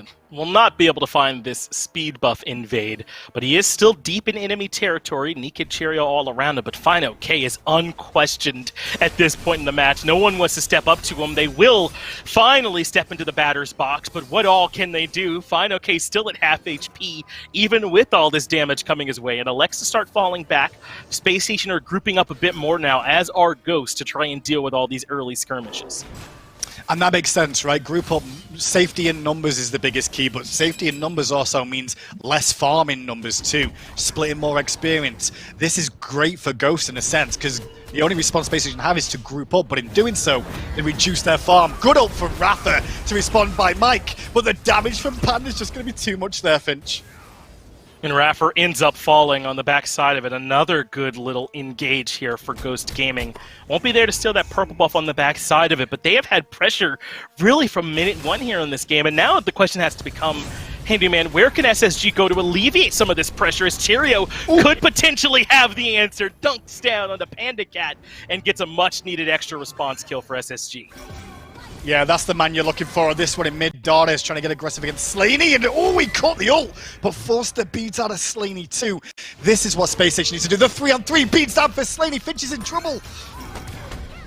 Slaney will be locked down. Cheerio gets that kill. The TP from Fine OK too late to save the life. But what about finding a potential return kill as he continues to hunt through the jungle? I think Cheerio recognized that that's Fine OK's goal, so he will keep right on running, even with Sam rotating in to try and help. They really want to find the return. There's the blink, but a good turnaround route from Cheerio meant Sam didn't have any backup, and Cherry makes it out. Yeah, it was just a good pick from Space Station, and Ghost tried to answer back with everything they could. Even cost him a relic there too, you know? Just trying to get in range and force a situation that I don't really think was on the cards. If anything, if they do find that pick there, Finch, they could probably look at Gold Fury, so it makes some sense to me. Finding this pick on Rafa could be big, though. And then locking him down, is able to get the dash back underneath the tier 1 tower. So Raffer holds on, but Fine OK is done with the solo lane at this point. He's just getting involved in the fights. But Cheerio's burst is here. Sam falls down right away in the jungle, but will he pay? Fine OK gets grappled by Nika, can't stay close, and SSG able to get away with that much needed. Yeah, with Cheerio falling back to base here too, I'm just interested to see if they look for a Gold Fury fight Ghost Gaming. Panda Cat's on this left-hand side too, but I don't think they're going to feel confident knowing that lurking around could be Nika. So better safe than sorry in that situation for now. Looking at the experience differences though, Finch, still 3-level lead for Fine OK, and I love how he's starting to adapt his lead, you know? We talk about solo laners. A lot of players who play solo lane always ask, when am I supposed to rotate? Well, when you get a lead, if you can like import your will onto the rest of the map, that's what you're looking to do, and Fine OK is doing just that, trying to keep Space Station to the best of his ability honest, and keeping Nika making decisions, right? Do I farm? Do I rotate? Does my team need me? Can I catch up here, guys? And it's very hard for him to try and find the answers there. they've walked this tightrope well, have Spacestation, because Ghost have been putting on maximum pressure throughout this early game, but there have been really small plays by SSG to get back in. Cheerio has found a couple of individual kills. Raffer keeps finding these taunts to keep members alive for just a moment, and really that's all they need. How about Vote out farming Panda Cat over there in the long lane when he got a little bit of help coming over to find a solo kill there. Not a solo kill, but a much needed kill in left. Spacestation are doing just enough to stay relevant in this match. Yeah, completely agree. And I think Spacestation are doing a good job of trying to stay relevant. You can see like the experience graph there for a second. There was a window where it just dipped back down. Ghost had a huge lead in experience at one point. But that huge dip at about 12 minutes really made a big swing. But this could catapult Ghost again. The Gold Fury being looked at and good zone work. I don't think they can really contest this. No, they sure can't. I mean, if nothing else, then that they just won't get the chance. It's been burned so quickly that Ghost already have the Fury in their back pocket. Their second one of the game, and make no mistakes about it, they still hold the 3K gold lead and very likely an experienced lead too, considering how well FinoK and Polar Bear Mike have been doing in the farm department. But Space Station are remaining close. It feels like if Ghost can't keep up this pressure, then SSG might find their way back in. Just saw as well, Polar Bear Mike has picked up that Frenzy as well that was available for that Gold Fury. Well, I want to see what we see out of Ratha next too, because most of the times in the support role, you kind of want to match fire with fire. If one's got a Frenzy, you want to kind of match that. But left-hand side, I see a bit of a jungle-on-jungle fight. Oh, I say that as they both start to back away. But yeah, just keep an eye and see if Ratha goes for a Frenzy too, just to match the extra power that Polar Bear Mike's bringing to his team now. We'll have our chance soon, as long as Raffer can keep the farm going. He'll tick over to 12 and have that second relic available before too long. He was really struggling in the farm department earlier on, was Raffer, but he's done a good job kind of being relevant in these fights. And notice that FinoK really has given up on the short lane entirely, because he's done, right? He's gotten the tier 1 tower, there's not a lot else there. He's trying to impact some of these other fights, and that has pulled Nika over. And he's done a good job still farming while trying to be relevant to help in the team fights too. And I think the thing to talk about the farm situation as well, 15 kills in 16 minutes. It was 15 kills in 15 minutes until, a couple of minutes ago. So we're at a kill-a-minute pace at once upon a time. But you can just see how well these people are still leveling, or where the levels are. The jungle, mid supports all further behind them where you want to see them. They've been scrapping too often. Solo laners, though, hunters, or should I say long lane position, with Merlin being over there, they're a bit further ahead than you'd expect. Wait to see Hoagie and Merlin enter the fray. Things could really change when that happens. We're not seeing it as of yet. They're both still farming off. That's a great point, and Vote has done a good job, considering how badly things started in the long lane, right? They're going to have to worry about this Merlin once he starts to join them. Now, the thing is how well is Vote ready to have some of these late-game Merlin team fights? Positioning on Merlin is not easy. I feel like trying to get the most out of that flicker and when you use that cooldown, Vote's going to have to show us he's ready for that, too, as these games start to stretch a bit later on. We're fully into the mid-game stage now here, Hindu Man, and have Ghost done enough with this 3 to 4K gold lead they've established to give you confidence in their ability to close this one out?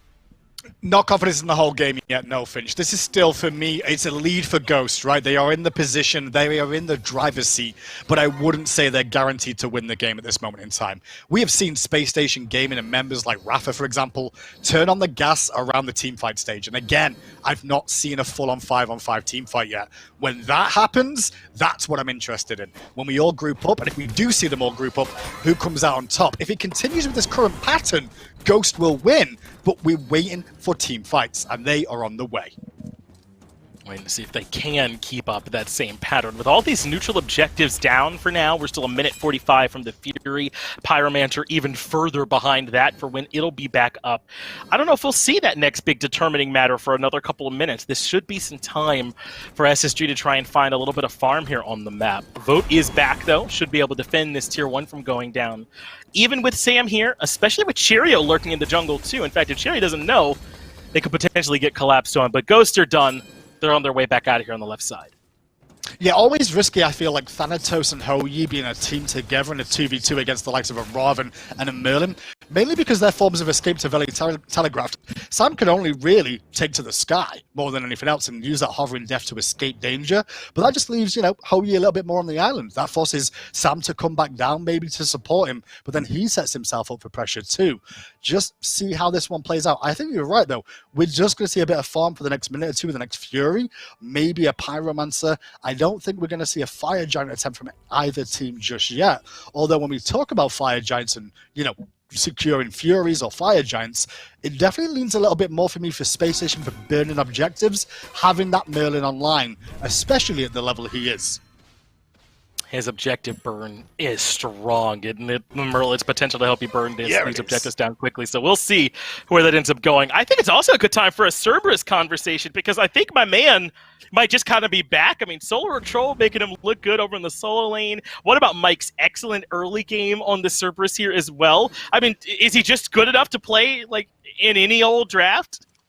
I think the word is viable, right? Is he viable? Answer clearly yes. He's been picked in a couple of different roles. I think he brings a lot to the team, but he is a little bit more high execution than people want to give him credit for, right? That stun is quite tricky to land most of the time. And knowing when to use your ultimate aggressively or defensively is always a balance point for Cerberus. I think for the most part, he definitely brings stuff to the battlefield that changes things up a little bit more. And he's also got that protection shred more than anything else. And percentage health damage, always going to be useful for giving more burst to teammates. When you got a Thanatos on the team, give him more burst? Why not, right? If you've got this fine, okay, King Arthur on the team, why not give them more damage? Well, we thought there might be a skirmish around this Fury, but I don't think Space Station are ready for it yet. Instead, they're going to try and neutralize that gold gain out with some of these towers. They take the tier 1 in mid and in solo, with Nika there as well as Cherio pushing in mid, and that gets them some much-needed farm, try and answer back. So still no big battle over the Fury. I don't think SSG want to throw anything there at this point. They've given 3 away at this point, Hindu Man, largely uncontested have SSG. And I think that they've kind of made the right call in all those spots. I don't know if they could have contested any of the Furies yet. I'll be honest, I'm terrible chair too, because I did not see what kind of Fury that was. I know it wasn't an Oni Fury. Was it Primal or Gold?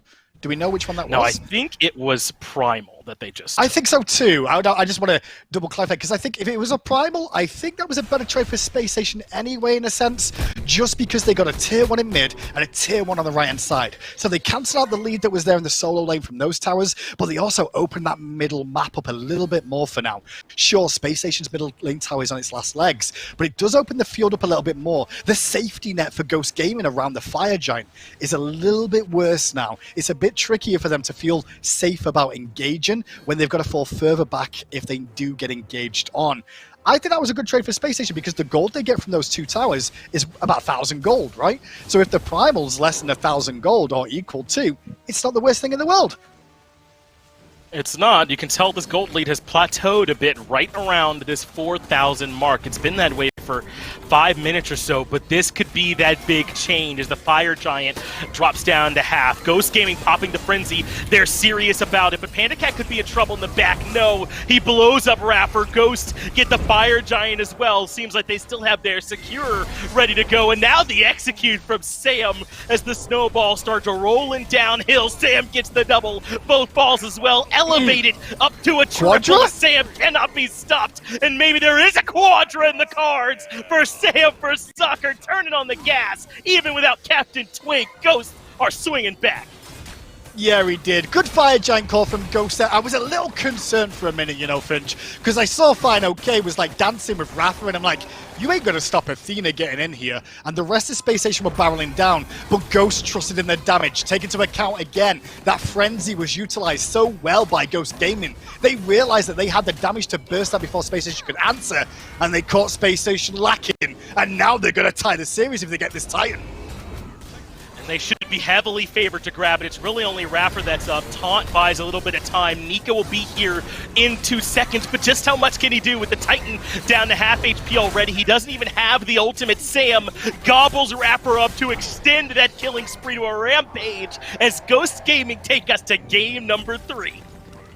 think Ghost played that really well, and I think a lot of that really comes down to what happened in the early game more than anything else. Almost all of it. You've got a situation there where Merlin is against Hoyi in the laning phase. You want to give Merlin the support, but your mid lane pressure, Cherry Wadada's there, for me, made some decisions, some questionable choices about how they were going to handle it.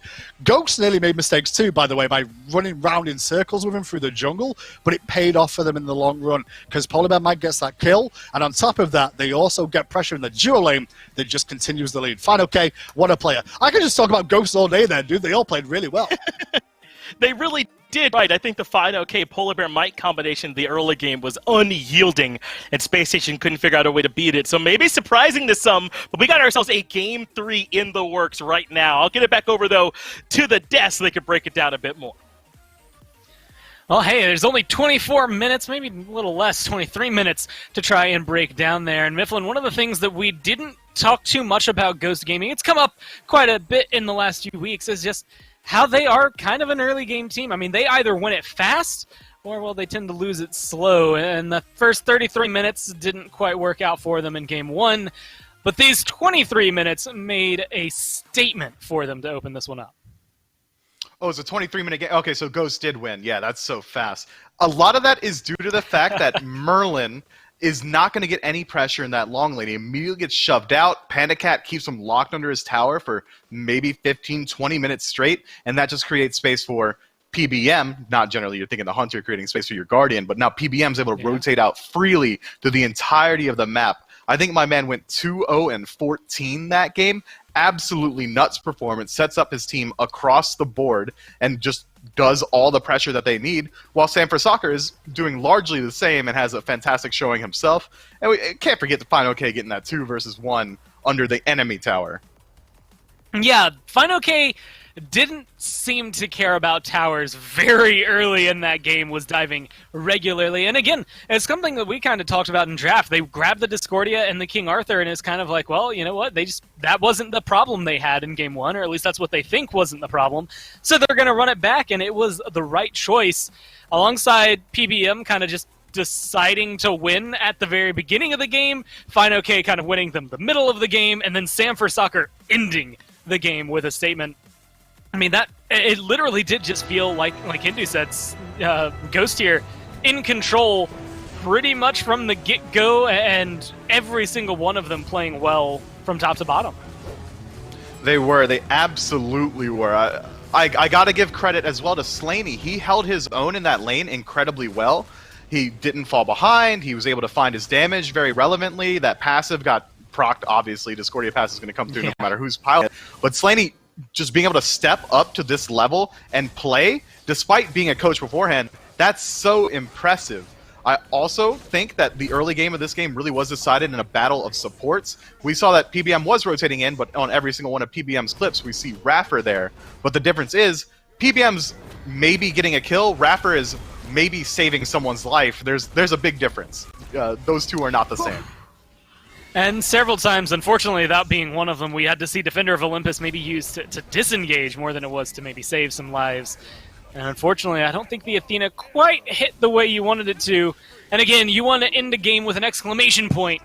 What better way than a quadra kill? I wish I had gone back to seeing who had gotten the first kill, because Sam cleaned up every single person after that, maybe able to find himself a Penta there. But either way, I mean, we were sitting there, and that game state at 20 minutes, it's, what, 5 towers for one side, 4 towers for the other? Looking back at it even now, it doesn't really feel like Ghost should have been able to win there. So, I mean, how do you look at it? How does it change that much? Even with all those towers up, was it realistically just the Dia side being able to open the doors? Like, is it that? Did they have that much of a lead?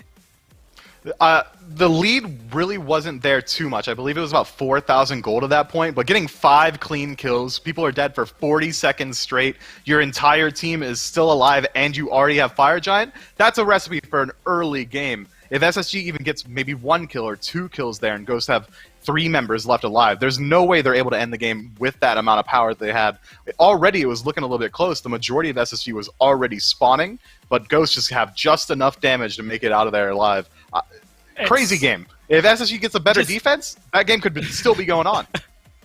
It's just not often that a game is that neck and neck, and then it just is done. Like, I mean, if you blink, you almost miss that fight. Either way, Ghost come out on top of it. So, hey, they look good in doing so. And, well, now we get to see what they get to bring into game number 3. They've proven that they can fight back no problem. And SSG have proven they can win. So it really does come down to this one. And, again, this is all important for seeding. Taking this game can guarantee you top 2, which maybe one of the most important things here in Phase 1, being able to get a guaranteed bye round in the playoffs. The other team really hoping for Sanguine to lose tomorrow otherwise. And the only big difference that I'm noticing so far on this one is the King Arthur ban, but also SSG taking that first pick. That King Arthur ban is huge. Final K is having 2 fantastic games on it. Yeah, let's get him off something that his hands are super warm on. Otherwise, I imagine the bans are going to go largely the same. I will be excited to see where SSG does go with their first pick. If history is any indicator, I'm willing to put money on Heimdall coming out first for SSG. Well, it's going to be the question of whether he can make it through unscathed, unbanned in this case. King Arthur Kali on one side, so keeping some of it true. And the Yamoja Hercules. SSG, I mean, they came into this set knowing what they were going to ban, and they have not faltered. It is the same 3 every single game, even here in first pick. They're not going to even let that Uller come through.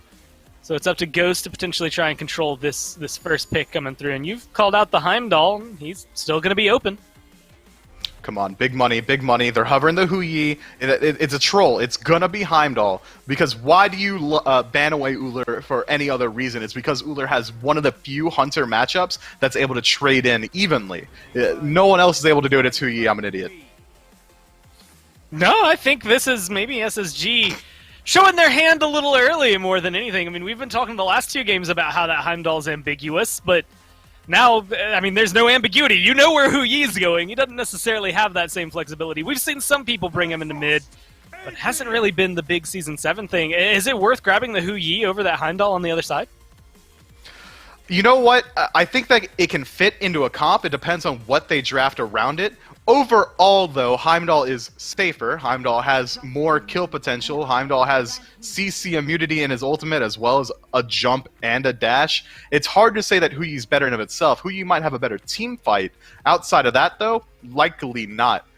And saying that Huyi has to go into the Hunter role, after seeing the Merlin go over there last game with the Heimdall locked in, I'm not willing to bet against this Huyi going into mid.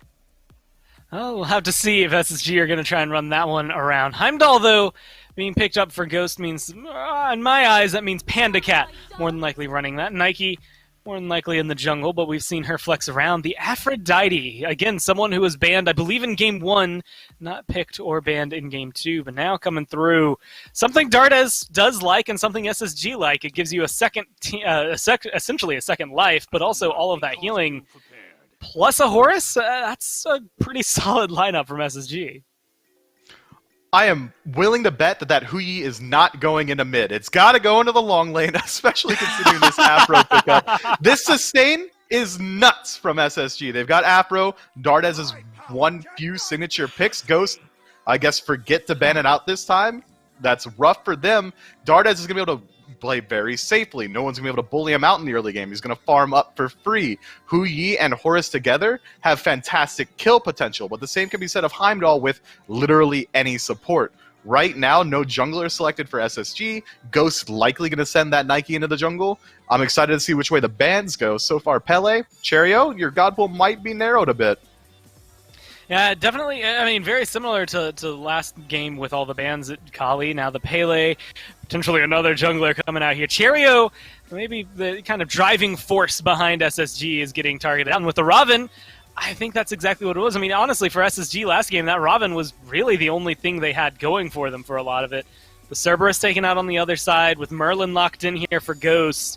It feels like, yeah, that support role is definitely where they're trying to control it. A little bit of solo there as well, I would actually argue. More Fino K bans there than they are for PBO.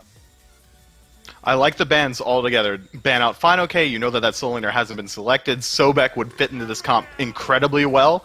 Might as well get rid of it, take it off the table. But Ghost banning out that Robin, I think, is very critical. You have Aphrodite in SSG's mid lane, who's going to have a traditionally weaker early game. She's not going to be able to clear out the wave very easily. Her fight potential is very low compared to other mages until she gets some items online. Robin would be able to cover a lot of those weaknesses and synergize incredibly well. Get that back off damage going in with you. Get that healing so we can stay in the fight a little bit longer. So instead, another bridge pick jungler, Erlang Shen, gets picked up for SSG. This could go into the solo lane. I do imagine it will go into jungle, and it's going to mesh so well with the Afro. I mean, it might not be Athena, but he still brings a taunt to the game, a lot of control. Now with Amaterasu there, looking like potentially a favorable matchup. And honestly, I can count a lot of teams that would love to get the lineup. Maybe not the Erlang Shen, considering that feels like a niche pick for a lot of these junglers. Not many are running them. But with the Amaterasu locked in, Horus, Aphrodite, who SSG are kind of running the tier list. But now in a wheelish hover, potentially shifting that Nike over into the solo lane? It could, and I think that's definitely what they're looking at doing here. Willix is going to be able to fight in very easily. She's going to have a decent time ganking into that long lane. And right now, SSG is very physical heavy. This Afro will get damage online eventually, but for right now, she's going to have just about no impact. So if Ghost decide to go some early physical defense, SSG's going to have a very hard time fighting into it, especially considering that Ghost has this early game of Willix who's going to be swinging from minute one. Yeah, I've seen Sam's wheelish, and considering the note he ended the Thanatos game with, I'm a little frightened of what that could mean for Spacestation coming into this one, especially with the knock-up synergy. It's looking pretty solid for them, but in one word, since it's winner takes all, who do you have taking this one? I got to give the edge to Ghost here, and it's so hard to do considering they have a substitute right now, but their draft is so strong. If this game ends early again, we can almost guarantee it's going to go the way of Ghost. If this game stagnates to about the 40-minute mark, I'd probably give the slight edge to SSG just because how much Aphrodite can drive a game. I feel like SSG fans now, like, if like the game hits, like 23, 24, you start to get to the edge of your seat, sweating a little bit, and I'm sure SSG will as well. Ghost want to end it fast. We'll see if they can do it. Otherwise, SSG might be able to take game 3. Let's go down to the casters. Thank you, Gore Miser. It's still Finch and Hindu here as we get ready for the conclusion of a set that I think is still finding a way to live up to the hype, even though it might not be the full roster here for Ghost. And I know that on Ghost side, they got a ton of knockups, all synergizing around this wheelish, but Space Station got Dardes as Aphrodite, and that might just be enough. Yeah, Finch, and I think one thing that people might forget about Aphrodite as well is in 2018, she got a change to her ultimate a little bit here. Hold that thought, though. I just want to see this invade going off, see if they can actually steal this away. It's going to be hard because he's got Hand of the Gods anyway, or he'd use it early. Yeah, Raffer was trying to see if there was something he could make happen with that buff invade, but nothing doing. Ghost able to defend the Chaos side purple relatively well, and Raffer's still looking for a little bit of action. Blinks into the back, looking for Panda Cap, but really not much there. And I do want to go back to the Undying Love. Basically, Aphrodite can use her ultimate during knockup. It's probably one of the strongest buffs she's ever received outside of the ultimate in the first place. But her ability to be able to use that means that these knockups won't be as impactful against her specifically in aim. However, the whole composition, Finch, is knockup based, right? You've got Heimdall, Nike, Wheelix, Polar Bear, Mycon, Bacchus. 4 gods have knockups to set up Gravity Surge. And then you look at Space Station's comp. Well, Vote's not going to enjoy playing Ho-Yi in that leap. He's not going to sit in the air that long, I'll tell you that much. And Horus, too, is going to struggle a little bit there. I like the craft of the composition. I just want to see how they can perform with it, though, to make it fruitful. Yeah, it's everybody, even the small arcane stance knockup for Selenial, the ultimate change. That's true, it's going to be difficult, I think, for Space Station. I mean, the combo's going to happen, right, with this much knockup on it. It really becomes more for Space Station about mitigating it to what extent they can to try and make sure that it's not always these free picks for Ghost Gaming, but they clearly drafted to try and set up Sam to have another monster performance like he did on that Thanatos to close out that game number 2. And honestly, I'm going to be real. I didn't think Ghost would have this opportunity to close this setup. I thought it was too much of a death sentence that they didn't have Twig here, but what an impressive performance it's been from Selenia and the whole squad, really, from Ghost. Yeah, and I do think Ghosts have played very, very well to get to this point as a whole, and more credit to them, honestly, with how this has played out. But Space Station, this game, I think what Myth was saying in the desk may, factor in a little bit here. How does go to the 4 physicals that Space Station have drafted here? There's a lot of physical damage, there's a lot more reliance on Dardes to do magical. And the balance of power really is to do with, it just makes it trickier to defend against the amount of damage you're going to receive in the game. If you're only receiving physical damage, just stick physical defense. It's that simple. If you've got some magical thrown in there from Guardians and from Mages, it changes it up. I wonder if that's going to be an impactful thing as this game continues. I want to see if that really does get influenced in some way with how Ghosts end up building in this game, and if Space Station can use it somehow. Fine, okay, trying to be aggressive to strip away the blue buff, but now he's taking a bit of damage. What a double knockup from Sam! That's difficult to do! I promise it's not as easy as he makes it look. Sam now dashing in to see if there's more action to be found, but at this point, SSG are just thankful that they're out of there, so Ghost Gaming relent. Yeah, it's not easy as it looks, but Sam just makes it look that damn easy. That's why he's in consideration for probably one of the best players in the league right now. Even on these quiet games, he still does stuff that makes you go, how is he able to get away with that? So pressure on the right-hand side from Ghost. No real surprises there. But look at the left-hand side where you see Space Station trying to get aggressive around that red buff instead. Rafa and Dardes answering back with just 2 members there. I love the fact that with the top-end teams, these are 2 teams that are in the top 3 at the moment to qualify for the playoffs. Already have, sure. But just the action, the fact that they instantly respond. Panda could die here. Panda is in some trouble, gets a little bit out of that Bifrost to reposition, uses the beads as well, but now can Space Station safely disengage? Mike is just backing. He is done with this engagement for now and will full channel the back to return to base, so clearly Ghost were done with it once they realized they survived it, but yeah, there has been tons of action here this game. The set's been close and competitive. It's been back and forth. And remember, really, the difference between first and second is not that tremendous. If you can just maintain second, I think you've done enough to sort of put yourself in your own bracket away from that other team, guarantee some points for yourself, and take a little bit of that pressure off. Now, once upon a time, we used to talk about Nike and a passive and how useful it could be with that mobility, Finch, right? But this game, I'm just looking at the composition, the builds coming through. Look at the 2 sets of Talaria boots already for Fine OK and for Sam for Soccer. Fine doesn't really necessarily need Talaria. Sure, it'll help him if he loses a couple of blues, but this is a zoom comp too, right? So they're going to try and run down or disengage quicker than their opposition. I want to see how fruitful this is. But again, the Talaria picked up early definitely does help about losing blues, and it looks like Space Station are looking to try and engage on a blue buff again here at 5 minutes. I got 4 members to just the 3 from Ghost. Making the rotation in is Slaney, but Sam in trouble. They push Rapper back underneath, but remember, Horus has a lot of escapes. He makes it back out of there. Fine OK does hit a big ultimate. Everyone on SSG is slowed. He turns, Cheerio does that into a 9, turns Blessing, though. That pulls Polar Bear Mike back in. Big damage there from Slaney, but it's just not enough as Dardes gets the double kill. Now Sam has to keep right on running. The pin is there to lock him down, but a good Suku to the right. And Sam makes it out, but a big fight for SSG. And look at where they're going straight away. Look at Cherry and Dardes. They're like, okay, blue's safe, get to red, steal that 1 too. Vote's like, guys, could you not just let me get that on my own for the extra farm, please? Like, I am trying to get pressure over here. But Cherio in that fight, by the way, turtle form knock up on multiple people. Knock up one of the strongest forms of CC. We were just talking about it earlier. Like, so strong. That knock up just disrupted so much of that fight and a solo kill. What?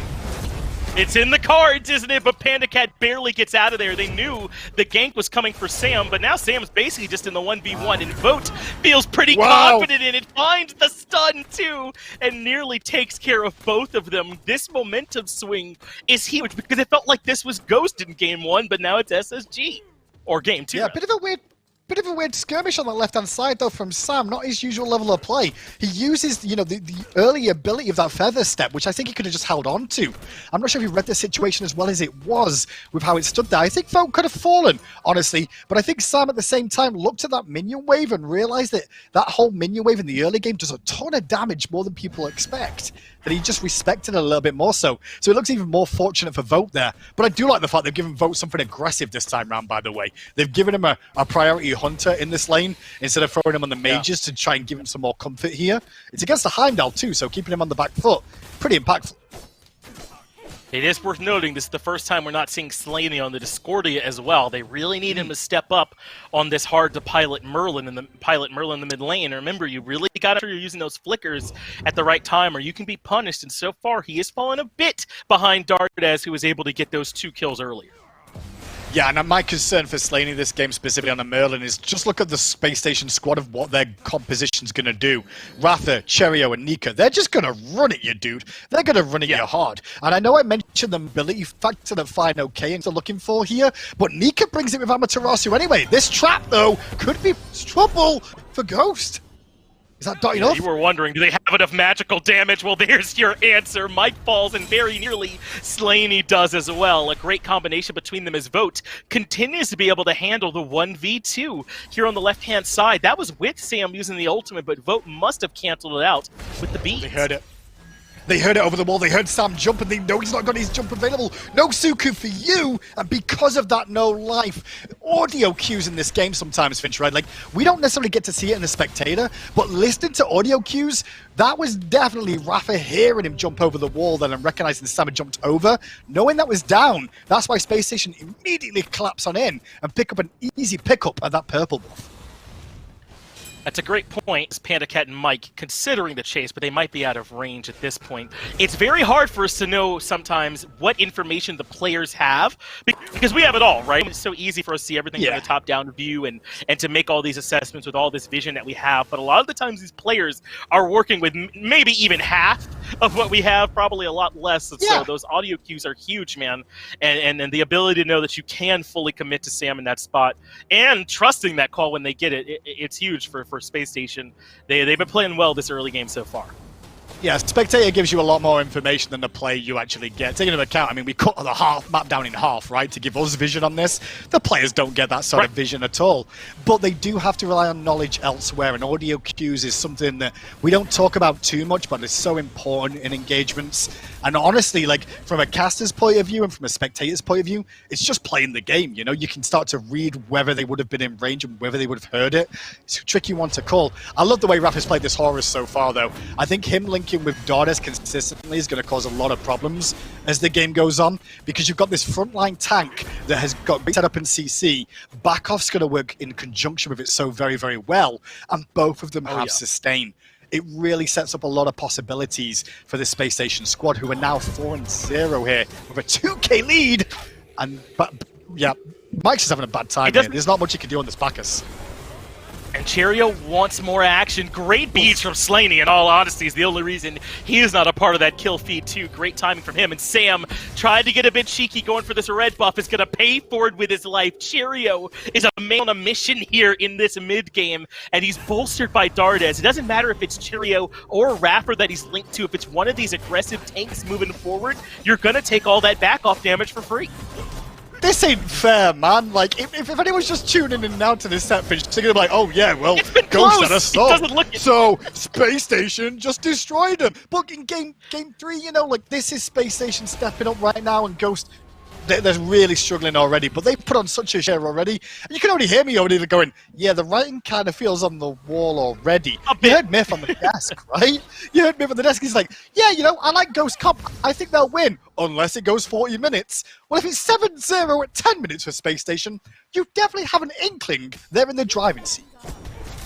Yeah, and I think that's why I like that Myth was so willing to commit to that call, because he's right in most cases. This is an aberration, I think, for how the early game would go for these two compositions normally, but Space Station have really played aggressively around these two warriors that they've got in the early game, right? This is this Erlong Shin and this Horus, and facilitating for Dardes to do more damage than he would normally get to on this Aphrodite. It really has been just them playing this composition excellently so far.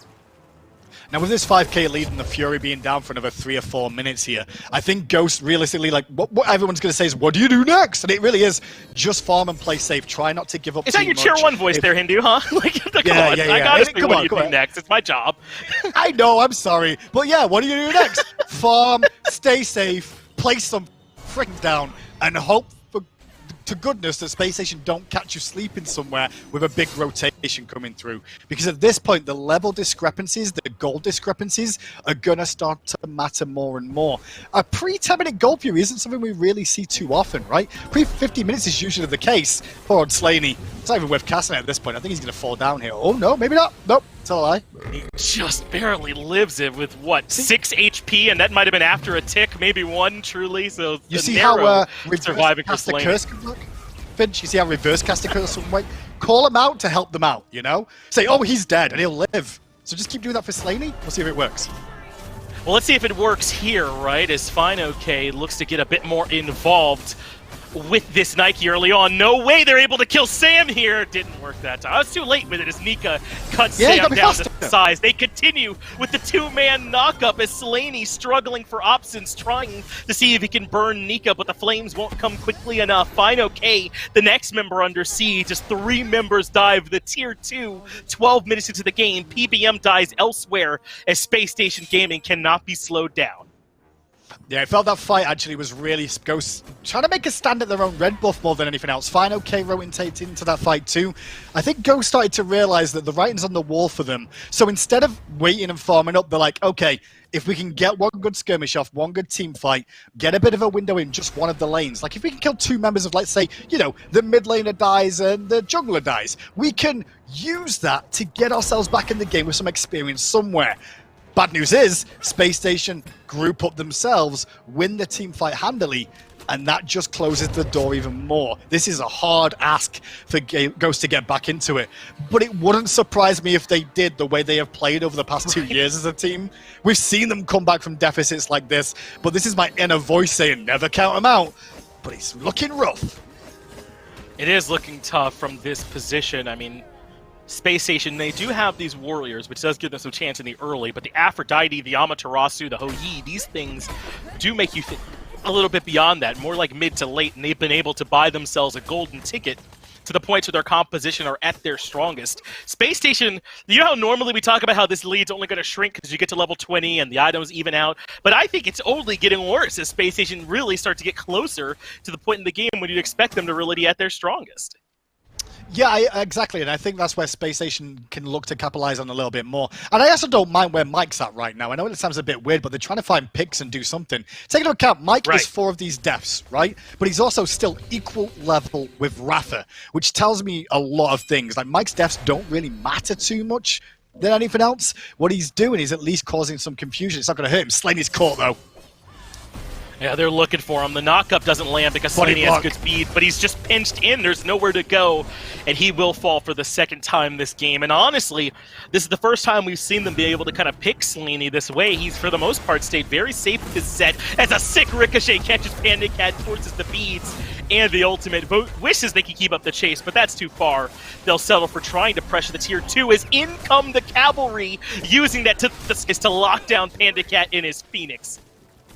And look at the rest of the map. Look at what Ghost are trying to do. What? They're trying to get farm. They're trying to delay waves here, Finch. The problem is that Space Station realize that, so what they do is hard commit to one lane. And you can see PBM trying to get back to base in time, but it's going to be too little too late. That's a Phoenix at 15 minutes. Space Station Gaming are out for blood. They're out to end this one quick now. Because honestly, I do think Ghost gave him a hell of a fight here today overall. And I think Space Station have to recognize that and go, hold up, we need to end this with a good dub end here and not something that Ghost can hang their hat on and go, well, we did well under the circumstances.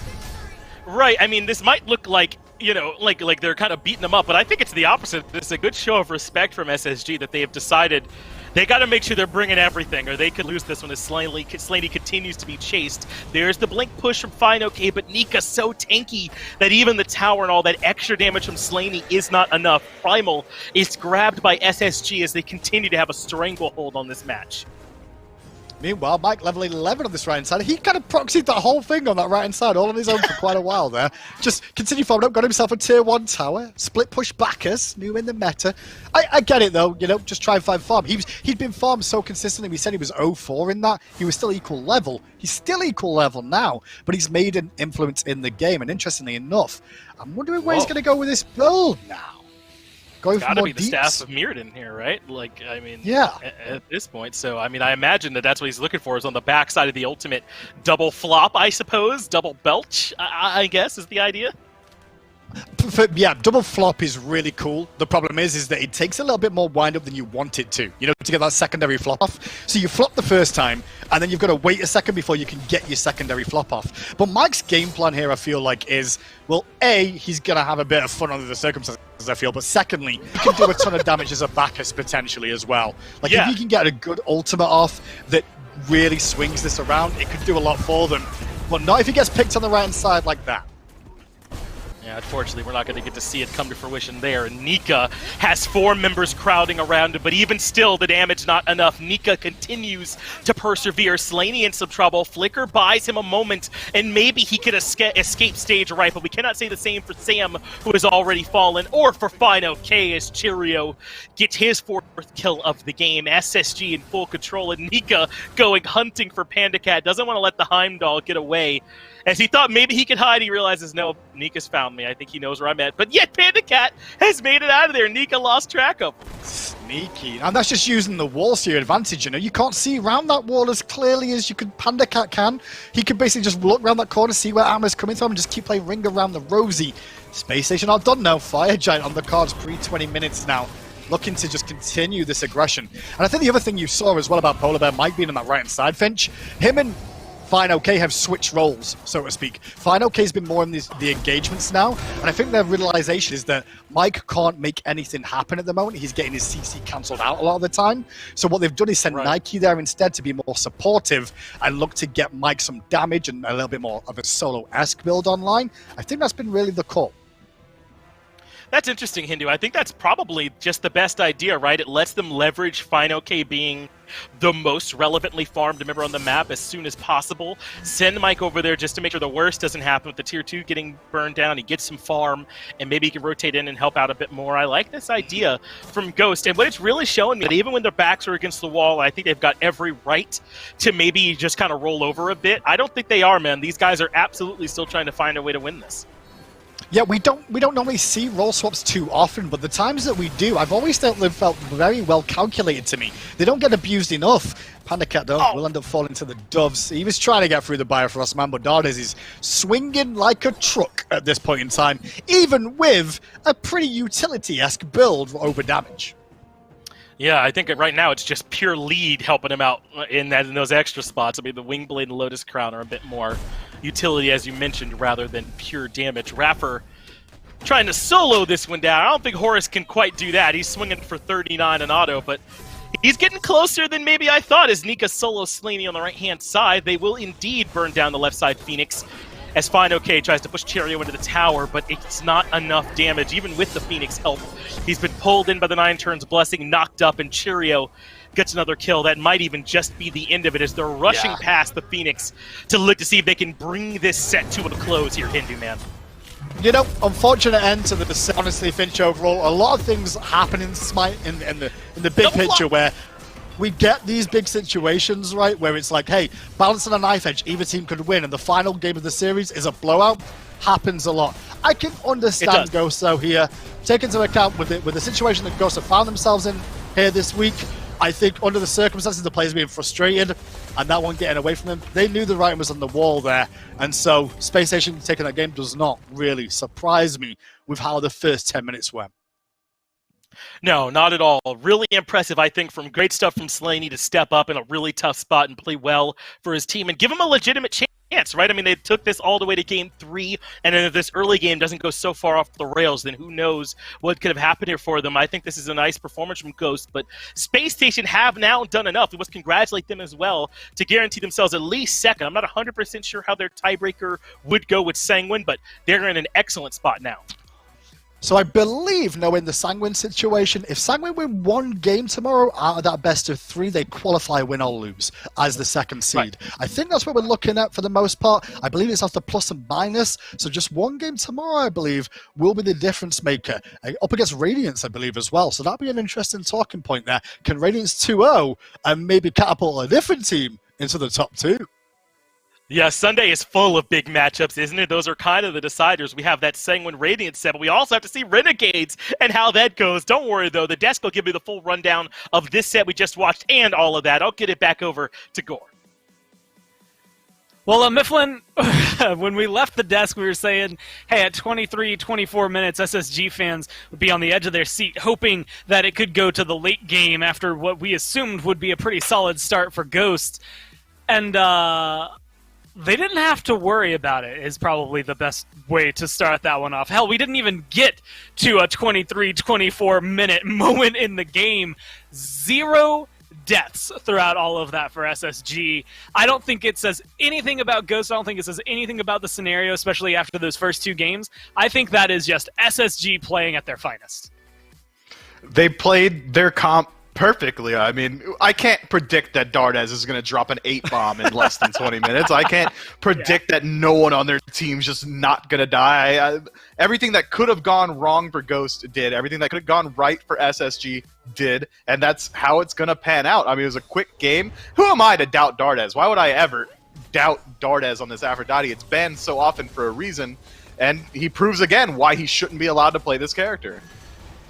So I'm going to read some slash lines for you, and honestly, there's only one that's not impressive, because I wrote them down all at the very end of the game, just to make sure that I had them coming into this. And well, the one that's the most lackluster is 2-0-4 for Vote. Now, in any game, a 2-0-4 slash line for anybody should be the highlight. I mean, like, Undying, it's fantastic, it's amazing. But, I mean, Nika goes 4-0-10. Dardez, like you said, drops an 8 bomb at 8-0-10. Cherio's 7-0-7. But the one that is maybe the most impressive, the perfect support slash line, 0014 for Raffer. Only assists throughout all of it. I mean, it's the things that you would dream about if you're a Smite pro, right? It's the only way a game could go that perfectly for you. And well, it turns out that a perfect game of Smite ends at about 20 minutes. And convincingly at that. It wasn't like Ghosts were taking the fights too poorly. It wasn't as if SSG was doing something cheesy. It was just they got beat today. This is the hardest type of game to break down from an analyst perspective, because it's not even like there were 1 or 2 plays that really shifted the dynamic. It's just that SSG played better from minute 1 and didn't stop until Ghost Titans stopped breathing.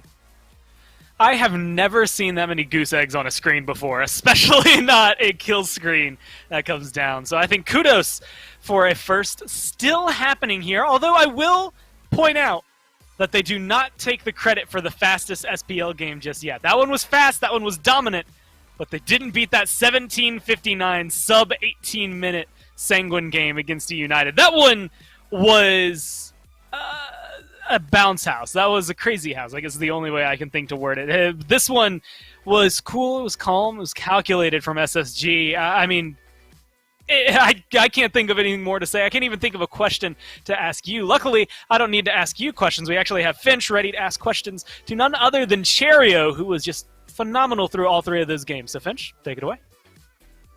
More than happy to there, Gore. Cheerio, congratulations on the big win there up against Ghost. First of all, I think that everyone's kind of thinking this, but are you surprised at all at how well Ghost played under the circumstances here?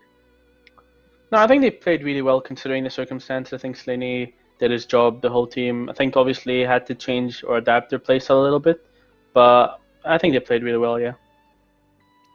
Well, what about for you guys? Because I think that's a situation where it's kind of hard to maintain that focus because you're heavily favored coming into that match, and maybe, you know, you definitely want that first place spot, but, you know, I think it could be a bit easy to maybe get off track. How did you all stay 100% focused to make sure you won this set?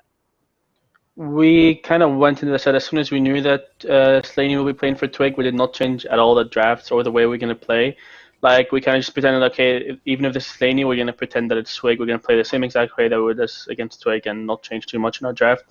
And we tried to prepare without showing anything, without any secret picks or whatever we wouldn't show. We just played just play normal Smite and try to win against them. First seed and second seed is nice. But it doesn't really matter that much at the end of the day. I'm sure you all will still be looking for first at the actual tournament itself, regardless of where you all are starting from. Talk to me about how the team is feeling just kind of in general, because Dardes has been having such a year. I feel like you've been playing really well, so has Nika. He doesn't quite get the credit he deserves sometimes there too. Everyone's really starting to pop off at the right time. What do you think is really clicking for you all here right as you all are getting ready for MSI? I think we just started to understand each other a bit more, like the way we want to play this season compared to last season. I think obviously my gut pull shifted a lot compared to last season. We're just trying to find the gods we want to play, how the meta is being played. We're playing the map. I think what differentiates a good team from a great team from a good team is how you play the map early mid game, and how to like give up stuff without losing too much. And I think that's what we're improving a lot on this year. Well, congrats again on the win, man. That set ended up being even more hype than I could have expected, so thanks for that one, man. Take a well-deserved rest, and we'll see you at the playoffs then in not too long, and I'll get it back over to the desk so they can close this out. Thank you. Well, that's right. They're going to the playoffs, which is what matters most, and they're going in at the very top. So they've got that bye round into the semifinals, which means a guaranteed worst-case scenario for Spacestation is third, fourth, and that's assuming everything goes wrong next week for them, let alone if they keep playing at the level they have the last few weeks. Look at them now at the top of the league, 10-4. Those first, 3 weeks are where those 3 losses come from, and then the last one is last week. United, for some reason, had their number dialed in, Mifflin, but that was about the only one who could figure him out. I mean, Space Station at the top, coming into this year, this is really where we expected to see them. Maybe not first seed, maybe second or third, but I think they really did live up to fan expectations for Phase 1. Whether or not they can continue this power going forward into the MSI, I think that's a fair bet on them. These guys have been working on their consistency ever since Week 1, and since then, they've been looking consistently great. Well, tomorrow are some important matches. Again, as Hindu had kind of mentioned at the end of that set, there's a lot of stuff that has to do with plus minuses, head-to-head, a lot of things that go into those conversations when a team has their set score tied. And that's well, actually, a lot of these are looking for tomorrow. Renegades need a win, and they probably honestly want it to be as fast as possible for them to ensure that they can make it into the playoffs. The same thing, Sanguine, I believe, as Hindu was saying there at the end, need a win, literally just a win. One game, one map is all it will take in order to be able to get there. Of course, Radiance would like to play upset, maybe 2-0 that. That's what Ghost Gaming would like, to be able to punch that one forward. But Mifflin, it's been an interesting day and, an interesting phase. There's only one day left, and yet it feels like all the important matches are still happening tomorrow. It's just, we can't get over the hype that is going to be Renegades versus Obey. I mean, it's so crazy to think that it's going to come down to, the actual last game of tomorrow as well, to figure out who's playing inside the playoffs. I mean, that's crazy. It's high roll, and I think E United is going to be trying their best to put some bad juju onto this Renegade squad. There's a lot on the line, guys. You're not going to want to miss it. Tomorrow, 3 p.m., same place as you are watching right now. But for myself, for Mifflin, for the casters, production, and everyone here, thank you so much for watching. We'll see you tomorrow for SBL.